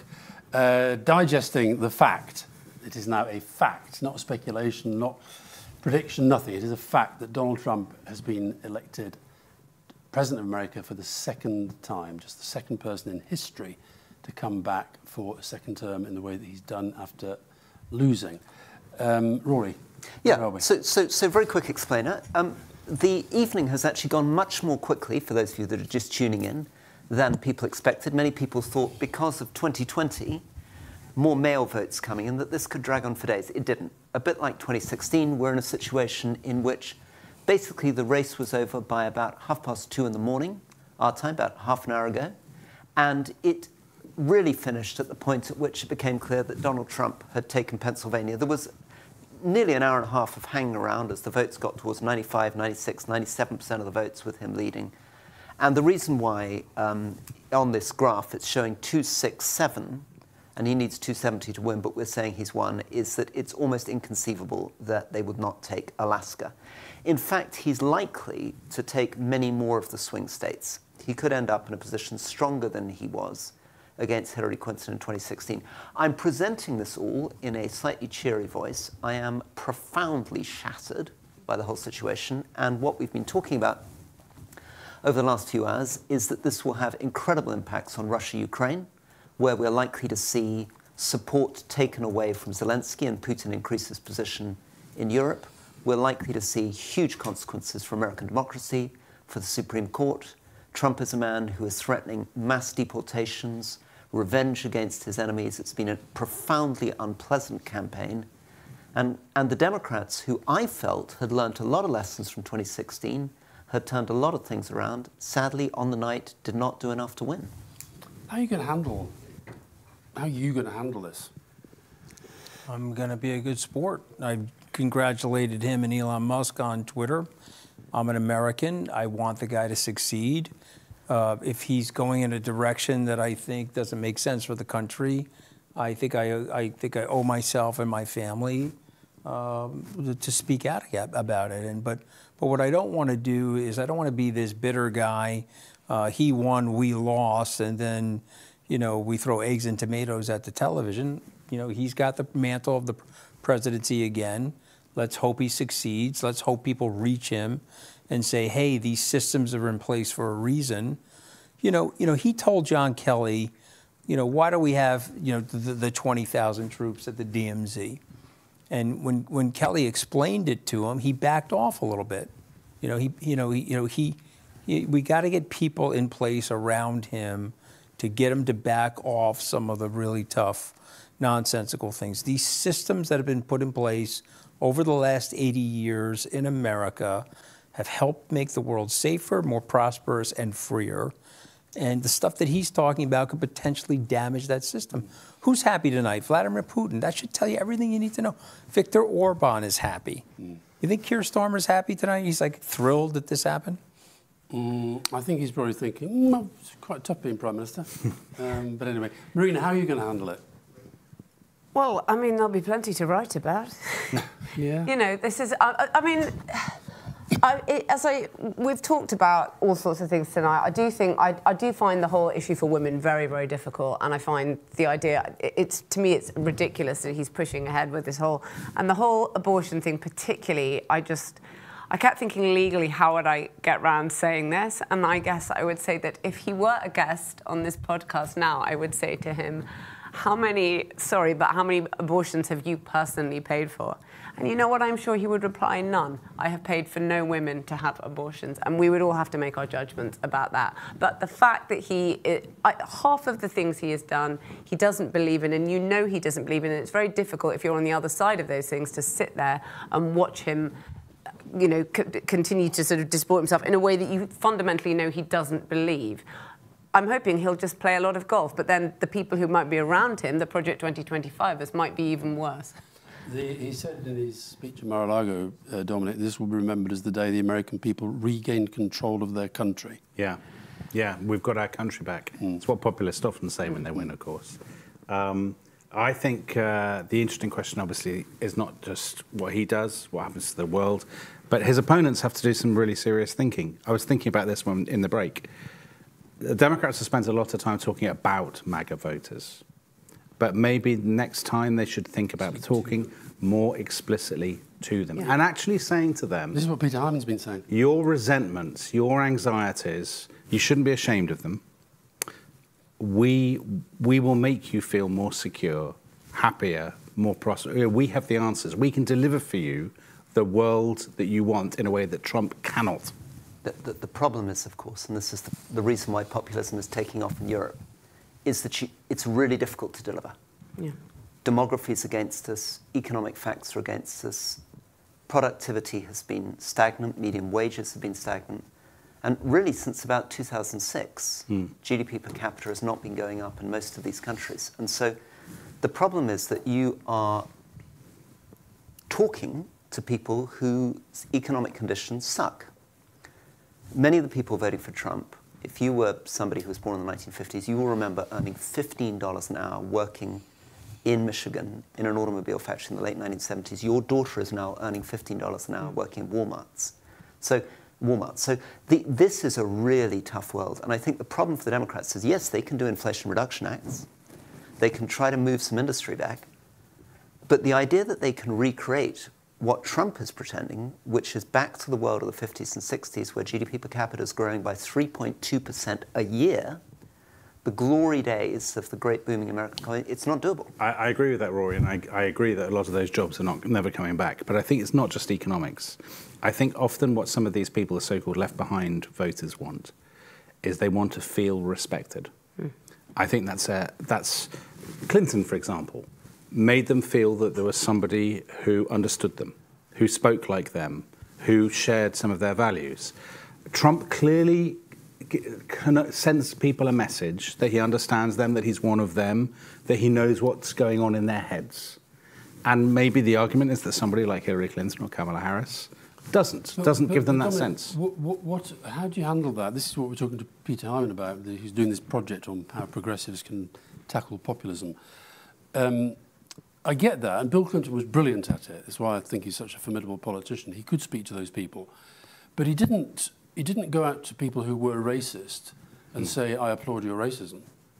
I mean, that's what I feel is the really hard bit of this. And by the way, just like with you, the Nazi thing, I'm not saying all the people who voted for Trump are racists, but I think that a lot of those who are racist are more likely to have voted for Trump than not. So I guess the question that I think the Democrats really have to work through is how do they do what you're saying without having to go and play, what Rory was saying earlier, play the same game? Yeah, it's a tough one, isn't it? I mean, you basically try to... There's clearly an element of the MAGA coalition that they will never reach and they maybe wouldn't want to reach. But they must believe, if they want to be a truly national party and a winning party, they must believe that there's a segment of that Trump coalition that they can take in the future, that they can convert. They certainly must believe that the 1 in 3 ethnic minority voters who voted for Trump, they can surely feel, you know, they must be able to see the irony in the fact that the more sort of lefty or woke or whatever it is you want to call it that they've got, the more of those people they've lost. Or women who vote for Trump. Yeah. Can I just say that we were talking earlier about who'd be the first leader that he might phone. We still don't know that, but the first leader who's officially recognised the win and congratulated Donald Trump is Benjamin Netanyahu. He calls it history's, here's one for you, Dominic, history's greatest comeback. Your historic return to the White House offers a new beginning for America and a powerful recommitment to the great alliance between Israel and America. This is a huge victory. Yeah, so I mean, Can I ask you a question, Rory? Before you go in? So when the Brexit happened, there was a very large group of people in the UK that said, yeah, this is great, we had the Brexit. How long did, or maybe it didn't happen, but I think it sort of has at this point, how long did it take for people to realize, whoa, this is probably not in our economic interest? Or did that never happen? No, look, the polls suggest at the moment that the majority of people in Britain now think that Brexit isn't working for them, but that isn't the same as people wanting to rerun the election. And many of the things that Dominic said will still be true of those voters. They will still feel patronised, excluded, that Britain isn't working for them, they aren't listened to, and that this isn't a country they have a stake in. I just wanted, though, to follow up on this interesting point Alice has raised. The extent to which Gaza has become very important to these elections. Now, Trump's victory has been very, very considerable, but he's been helped by the fact that there's been some interesting articles in the New York Times about 440,000 Jewish voters in Pennsylvania who felt Trump was much, much stronger on Israel. And paradoxically, Kamala Harris was hit in Dearborn, Michigan from the other side, where Jill Stein seems to have taken about 22% of the vote, in Michigan, one of the key swing states, because Arab Americans were very uncomfortable with Kamala Harris's position on Gaza. So I think this is something that we will see playing across. One more final thing. This is a body blow to the way the world will view America. Do not underestimate this. I mean, people like me who were betting hard on Kamala Harris are betting on our sense of hope for America. Essentially, I'm saying I believe in this country. They are not going to repeat the mistake they made in 2016. This man is a clear monster, and in the end, the good sense of the American people will prevail. The decision of America to vote again for Donald Trump just feeds into the narrative of so many people around the world that this country is in trouble. Just a couple of... I agree on that. Just, you've got 8 years of data after that first election, and we're here now, so tells you something about the country. Marine, I don't want to upset you even more, but Trump also said that Robert F. Kennedy is going to help make America healthy again.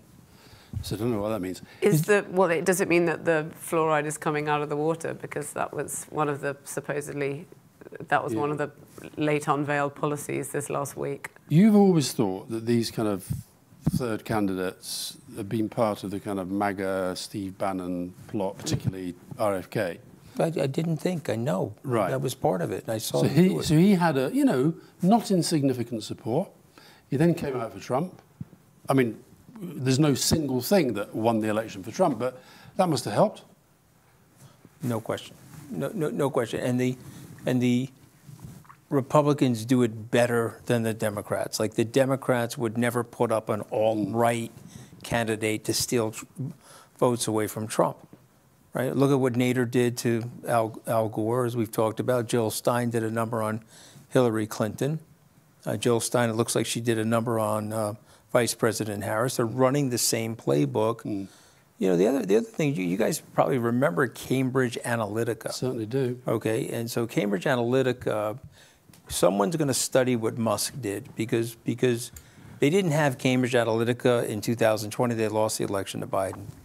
But they did have Elon Musk, and they did have access to the $44 billion musical instrument known as X, where they were playing notes out into the marketplace. And it worked for them. I don't know if there's a pun in here, but Emmanuel Macron, the person that Rory always calls your friend Emmanuel Macron, he said, "Congratulations, President Donald Trump, ready to work together as we did for 4 years with your convictions and mine.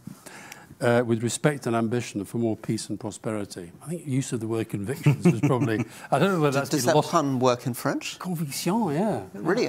It's not, listen, I think Macron speaks very, very good English. Right, so he could be doing the pun in I English. think he'd have known what conviction meant. Well, I noticed Adam Bienkhoff has put, well, he's certainly got some convictions. Listen, we haven't talked at all tonight, really, which is extraordinary if you think about the climate. What do we think this means for the climate crisis? I was talking to the other weekend, I was with a marine biologist and we were talking about the election. She's American, she works for the US government. She was like, I can't.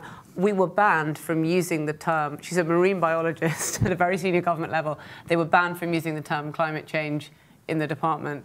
And she said, I can't go back to that. I just can't get that level of reality denial I can't deal with. But it seems that she will be going back to it. Yeah, it's international cooperation on climate change is going to be very, very difficult. I mean, frankly, impossible in the next 4 years. God, how different the world would have been if we hadn't had the hanging Chads drama and Al Gore had...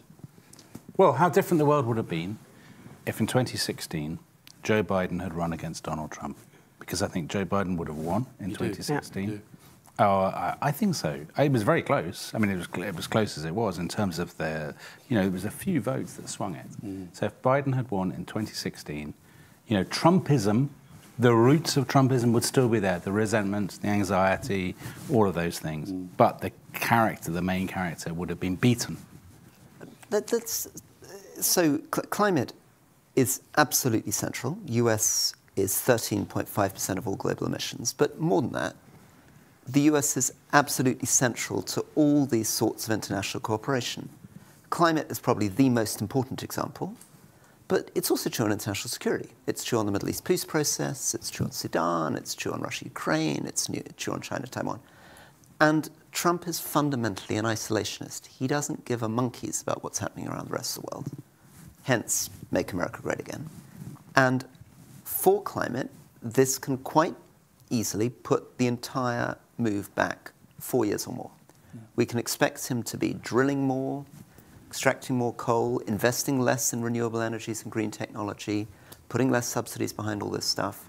And once the US starts doing that, what incentive has China, which has got 30% of global emissions, and India, which has got 7% of global emissions, really to go along with this stuff? We have to hope they will, but why? Roy, get ready to do your final NordVPN of this session, but I just want to read out what Keir Starmer has said. "Congratulations, President-elect Trump, on your historic election victory. I look forward to working with you in the years ahead. As the closest of allies, we stand shoulder to shoulder in defence of our shared values of freedom, democracy and enterprise.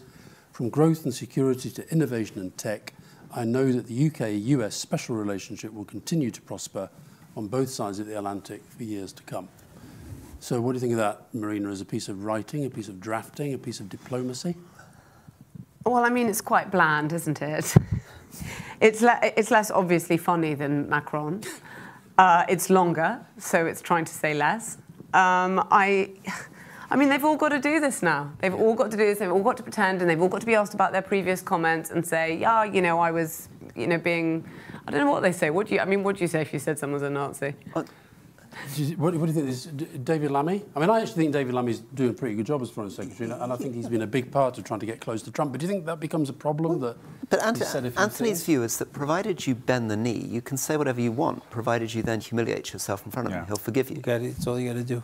Yeah. If J.D. Vance can get away with it. You're America's Hitler. I love you now, no problem. But now you're in the wood chipper. You're in the wood. He's going to go in. They all go into the wood chipper eventually. But the thing about Musk is it's so interesting to me because he's so brilliant and so successful in so many different ways. But he got snubbed by Biden, and he got snubbed by the administration. And by the way, he voted for Biden. Okay, he told everybody. And he got people to donate. I'm a lifelong Democrat. I voted for Biden. I would love to get, President Biden, why did you snub Musk? You didn't invite him to the electric car summit. You didn't invite him to the rocketry summit. What was the deal with snubbing him? Also, she could have made a move to talk to him. She elected not to do that. So guys, what are you actually doing? You talked to Liz Cheney. How could you not pick up the phone and call Elon Musk? Rory, your final NordVPN. Absolutely. Before we go to break. A huge thank you to NordVPN, who have made this amazing live stream, which I hope you've all been watching for many, many hours, possible. NordVPN is something that you can put, it's an app you can put on your phone or your laptop, and it protects you from malware, from unsafe websites, from viruses, from attacks, from people surveilling your data on the internet. It's a great thing to travel with if you're opening up your laptop in an airport. It's something that you can sign up to and get the best discounts available on nordvpn.com/restispolitics. And I'm going to use that, Alistair, as my sneaky attempt to just get into this debate for a second. Just before you do that, can I just do a last shout out, please, for questions? We'll take a few more questions before the end of this second of our live streams. We've got another one later on. And remember, you just go into the chat on YouTube or #TripLive. Carry on. So, given we're on technology, given we're on Elon Musk, AI policy. Elon Musk is profoundly skeptical about the direction that artificial intelligence is going in. He's very, very angry. He funded ChatGPT, and then it set off in a direction. He's the main signatory and the initiator of a letter calling for much more restrictions on the development of artificial intelligence. And so him being close to Trump and getting in will be seen by Microsoft, by Google, by Facebook and others who are pushing ahead with AI as a real threat to the business models they're trying to develop. I know I said we were going to go to a break, but I know you've got very strong views on this. I think it's the beginning of an oligarchy. I think they've decided that Trump is their guy. He's a transactionalist, and we can get things from him. And if we're heading for $1 trillion each, one of the ways to do that is to siphon it off of a government. You're not getting to $1 trillion on private enterprise, but if you can conjoin yourself with the government, you might be able to do that. And they've looked at other oligarchies around the world, and they like it. And these guys are from South Africa, so they're used to it. They don't. It's not like they were raised in America. They're used to it. You know, one thing about Reagan, and it's in Max Boot's book, he had a Washingtonian sense for departure. He was there to serve. He did his 8 years. He wanted to cut brush in Santa Barbara, and he left. Okay, and what did Washington say? He cited General Cincinnatus. He said, I'm going home. I don't need this, and I'm not going to make my kids some aristocrats. That's not what America is supposed to be. Trump wants that. He's been very, very clear about that. We're going to go to a quick break, and when we come back, I think we should talk about race. I think we should talk about the role of race in this debate, where we are on race in American society. So don't go away. We may be wilting a little bit, but a lot of you, particularly in the UK, presumably just had a very nice sleep, and you're getting up to face this extraordinary news that Donald Trump is going back to the White House. See you soon.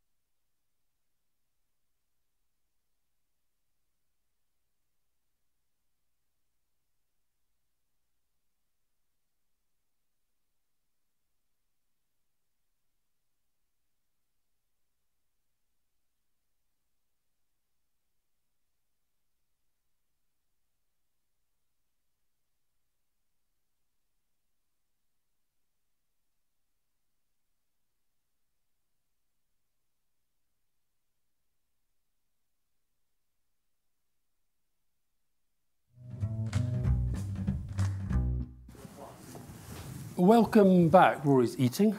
Not allowed on. And he doesn't like it. I He hates the crunchiness. I can't stand the crunchy But food. more Anyway. serious things have happened. Donald Trump has just become president of the United States. I It's know, a catastrophe. But when I'm, crunching. Rory, I'm trying so hard to contain what I'm actually thinking and feeling inside and project a sense of, balance and etc. So that could be the straw. That could be the thing that tips me over. Now listen, we've got half an hour to go in the second of these 3 live streams that we're doing. Just a couple of points on the scale of this. Trump's performance in Iowa, where there was this poll at the weekend that got the Democrats very excited, looks set to be the strongest for any candidate in the state since 1972.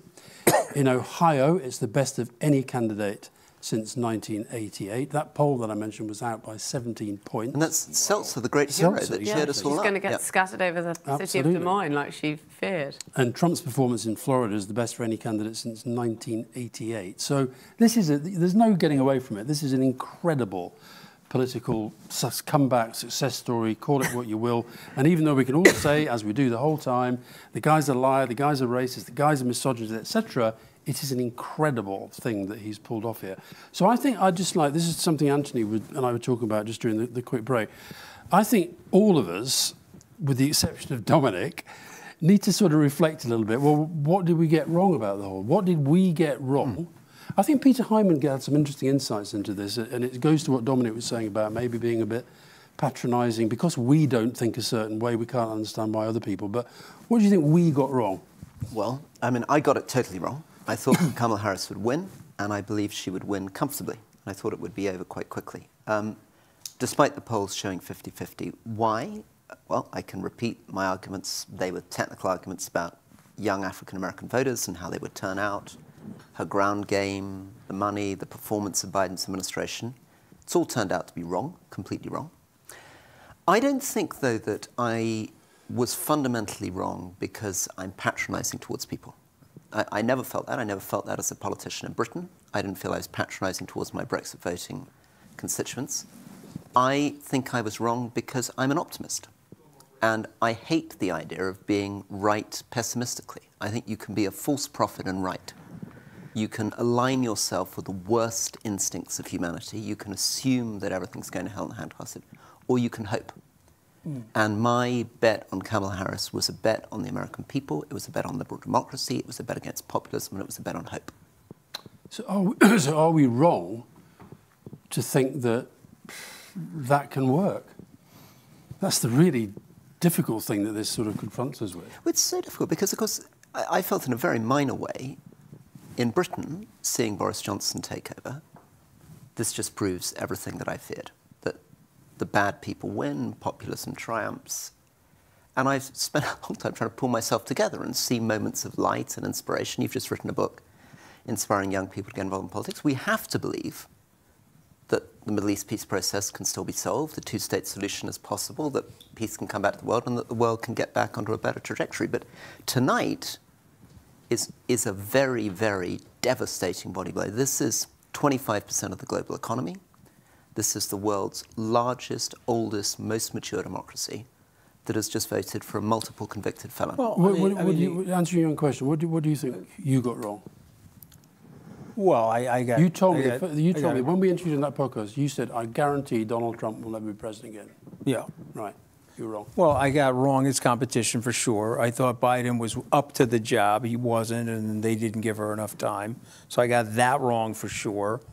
The second thing that I got wrong is that I didn't understand Trump's hold on these people because I thought there was a breaking point. You know, my dad had a great expression. He was a construction worker. Here's a rock. You hit it one time, it doesn't break. 500 times, it doesn't break.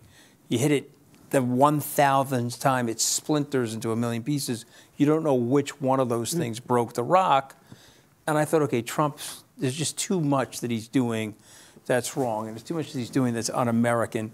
The rock is going to shatter. I actually thought the Puerto Rican moment was a potential sign of the rock shattering. So I got that wrong. But the last thing that I'm worried about, and this is something hopefully Dominic will address, do we have to break the world in order to fix it again? Because we broke the world in 14 to 17 or 14 to 19. We had a terrible treaty. We went back to war 20 years later. We broke the world again. We came out of 45 with the right treaties and the right architecture.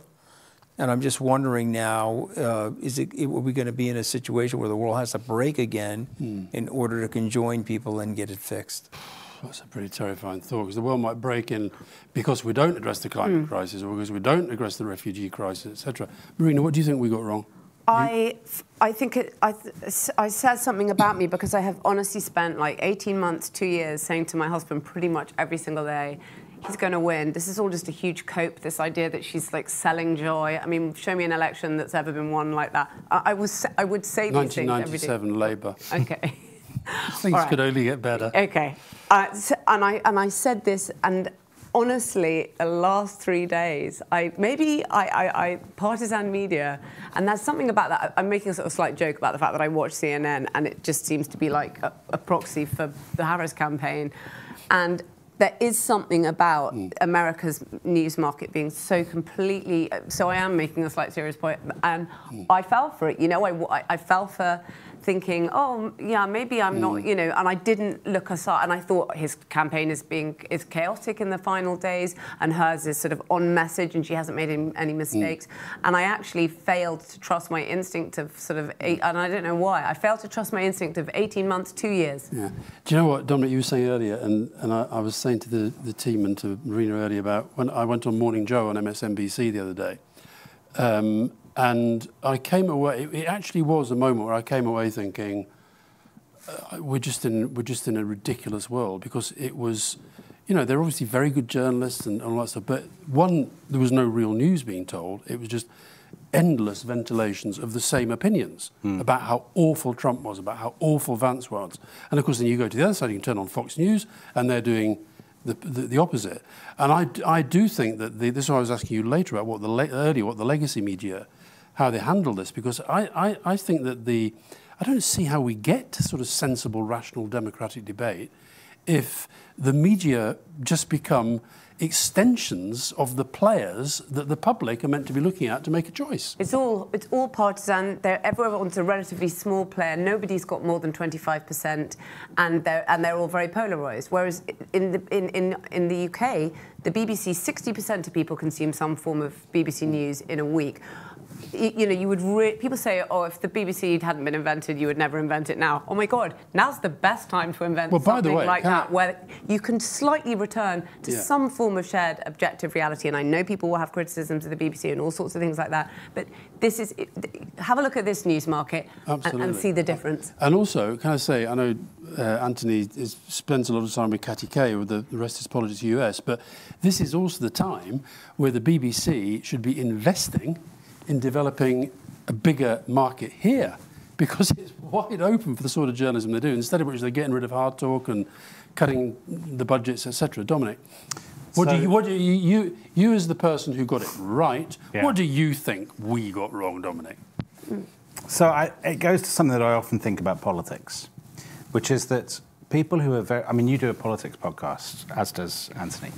I think the one thing that people who are very interested in politics get wrong about politics more than anything else is that most ordinary people are not interested in politics, do not follow it, do not care, do not understand, or do not care to understand. I'm not saying they're incapable of understanding, but they don't choose to follow and to immerse themselves in the minutiae. So all the things that we kind of off-air before we recorded this were saying, this will do for Trump, this will kill him, you know, all these. A lot of people don't know about those things or don't care. And as far as I can tell from the exit polls, the single biggest issue for people was the issue that is almost always the single biggest issue in every election, not just in America, but everywhere in the Western world, which is the economy. Are you better off? And I think the inflation a couple of years ago clearly really hurt the Democrats, because Harris was tarnished by that. So all the things that we think should have destroyed Trump, Puerto Rico, garbage, blah, blah, blah, blah, a lot of people probably weren't even aware of those things. I think at any given moment, most people... Well, all these news channels were talking about it for 24 hours. Right, because most people aren't watching those news channels. Because they turn people off. They have lives. Yeah. They're out doing... Yeah, I think that's the one thing. I always think this about all political history. It's the one thing that people get most wrong, because the people who write the history care about politics. Well, can I say something? One of Tony Blair's absolute pieces of genius as a politician is he understood that all the time. And always used to say to us, you lot need to understand people out there aren't thinking about us the whole time. When they do think about us, they've got to be thinking about us on our terms, not our opponents. Can we just talk, I said before the break, talk about race. Anthony, what do you think this says about race in the US? If he goes through with some of the stuff that he's talked about, how difficult does that become? And kind of, where are we on race relations in the US? Well, some of the things that they want to do is they want to make the democracy less of a democracy, right? If you read the Constitution in Russia, it's very flowery language.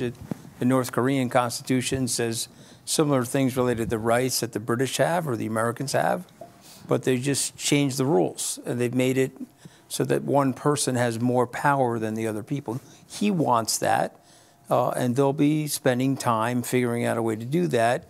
And with that, there's a big question of race because the country is changing. When we get to 2044, there'll be less white people in the country than other people.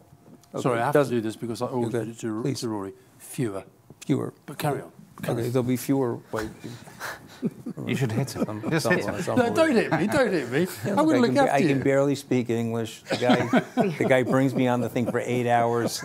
I say one tiny syllable off key, and he's like a verbal proofreader. The guy, right? It's like unbelievable. Okay, but on the point that I'm making, these people will be like, yeah, we're going to have a democracy, but we're going to make sure the white people run the thing.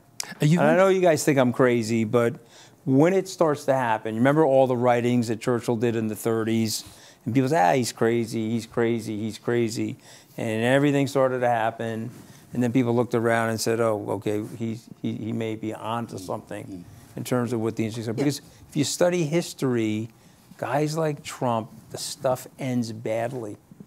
Starts out like this, and the market's rallying. We don't talk about the markets on the show. It's not the rest is money, but the Dow is up 1,000. Bitcoin's at an all-time high. Small cap stocks are through the moon.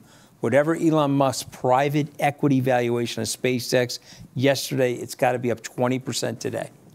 So we should take Trump more at his word.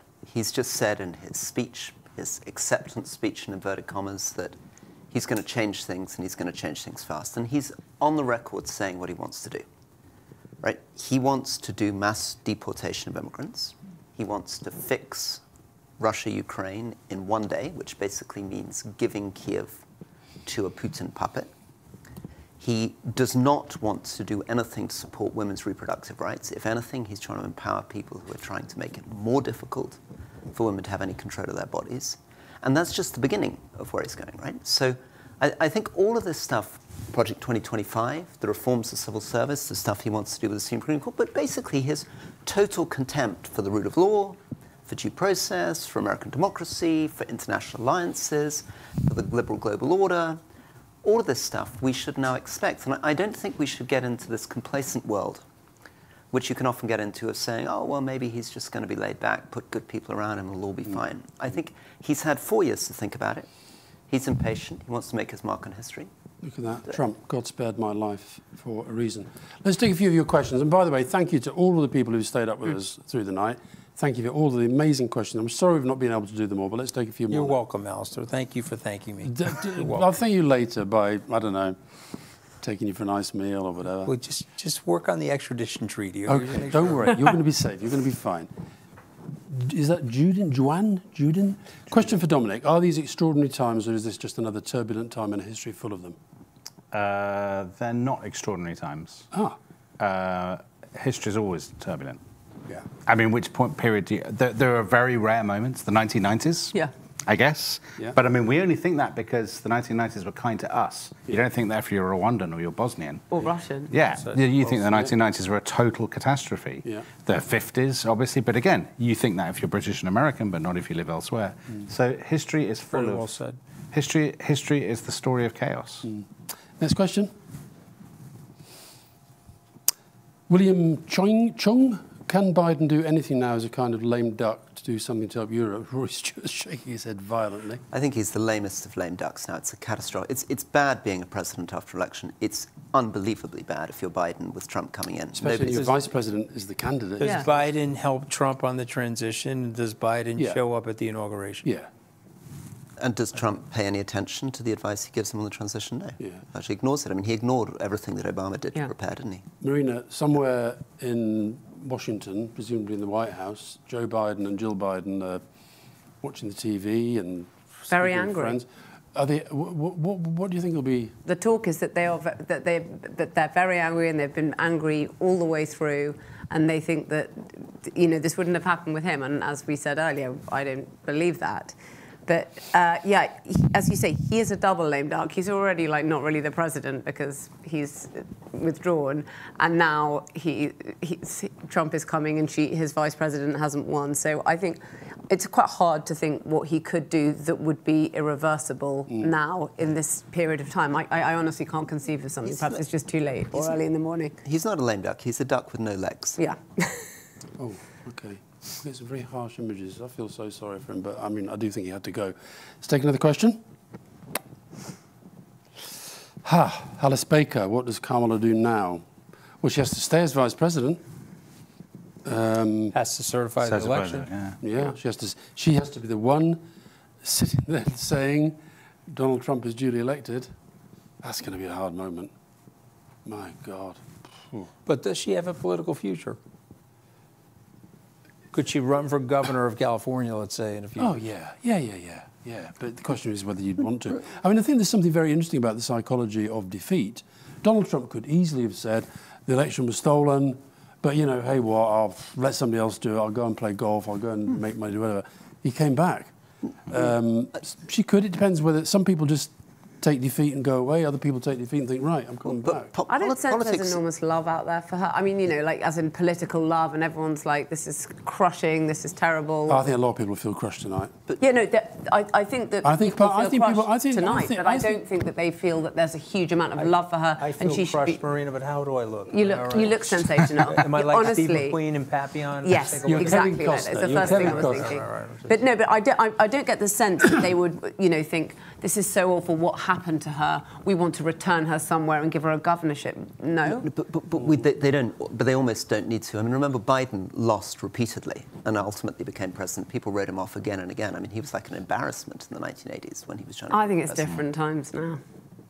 Yeah.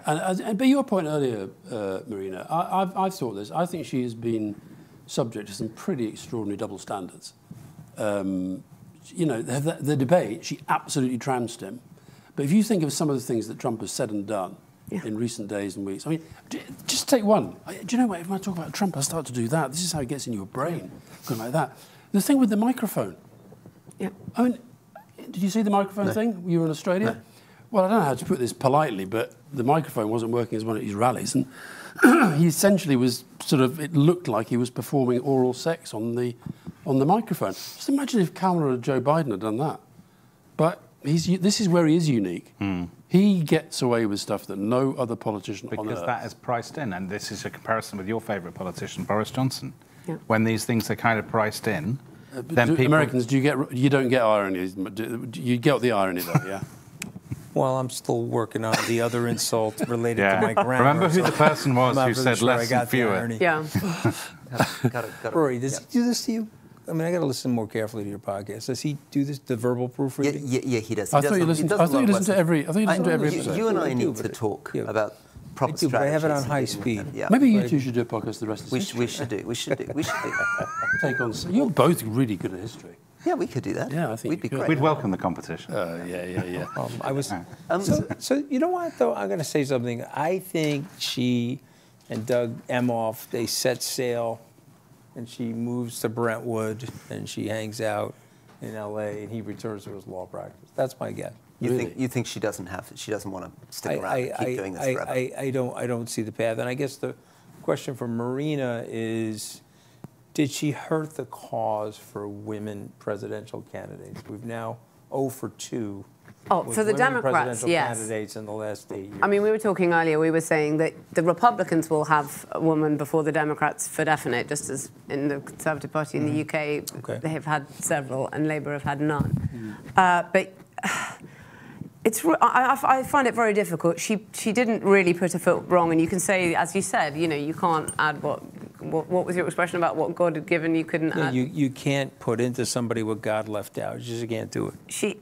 I mean, you know, it's ridiculous to sit here saying she did her best, she did whatever, but I think you have to say that it's pretty sexist, and there's a lot of sexism in this country.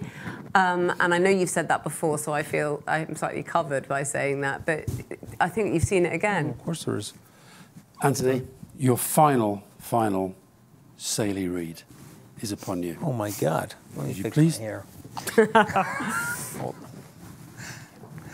Okay, guys. This is super important, so please listen up. Saley. Thank you, Saley, for sponsoring us tonight. 8 hours with me, Alistair, Rory, Marina, and Dominic. God bless everybody, but it's more important you listen to me about Saley. It's a digital version of a SIM card. You can download it on your phone, and you can roam the earth without roaming charges. Imagine that. All the money that you save with Saley.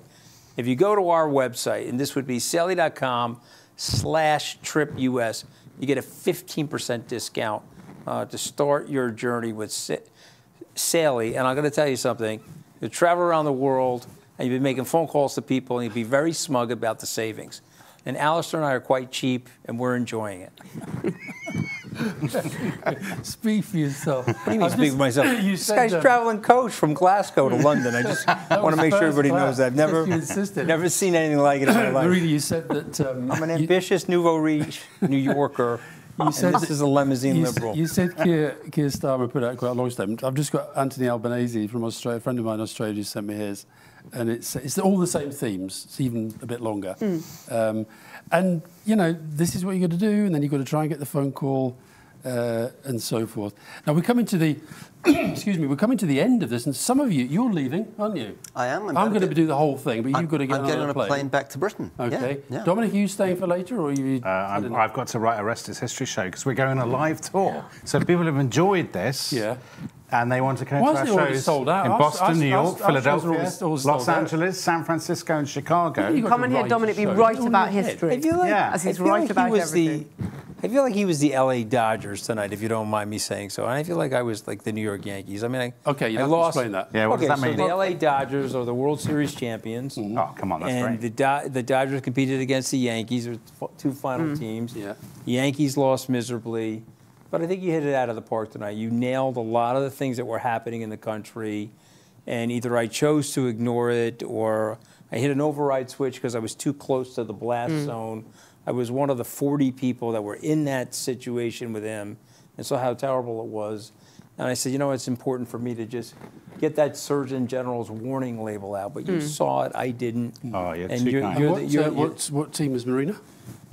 She's the realist. She's like she's Kansas City she was that would be nice. She was wincing at the thought of his victory, but in her heart told her she wanted Harris to win, but her mind told her it was Trump.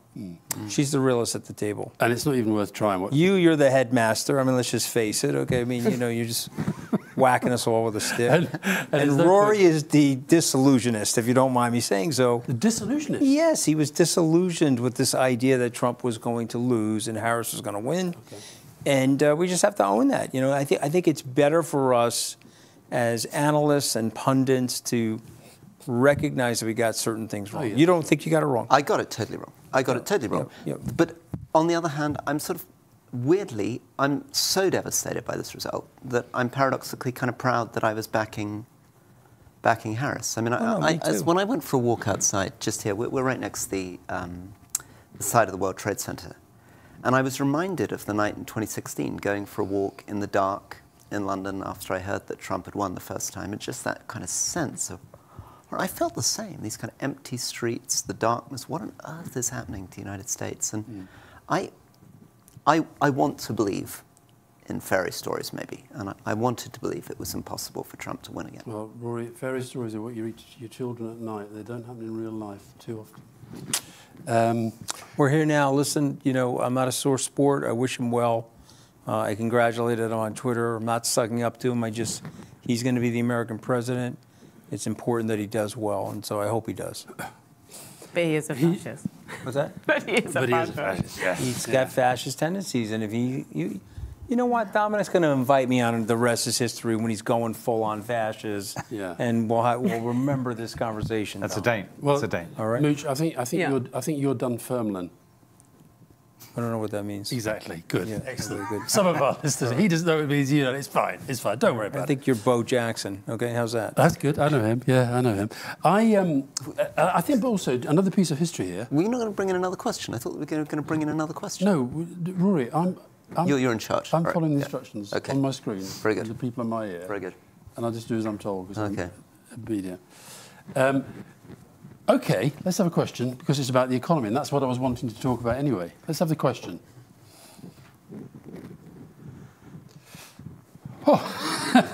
Mr. Muccioli, can you guys discuss how this affects the economy, please? Well, that's a big, big question. What about this tariff stuff? Is he going to do that?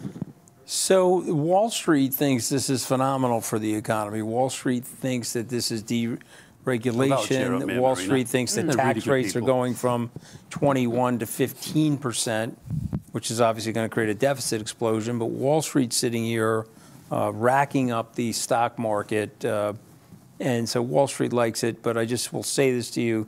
If he imposes the tariffs, it's going to eat up the disposable income of the poor. If he does things like he's talking about, deporting massive amounts of people, it will crush the GDP, it'll hurt our tax base. And if he destabilizes our alliance, don't underestimate the safe shipping lanes around the world and all the good things that we benefit from the footprint that America and its alliance has around the world. And he will and that'll have great consequence on the U.S. economy and he will and think, the global he economy. will think he has a mandate for anything he wants right now. And he's got the immunity shield now. It's a real problem.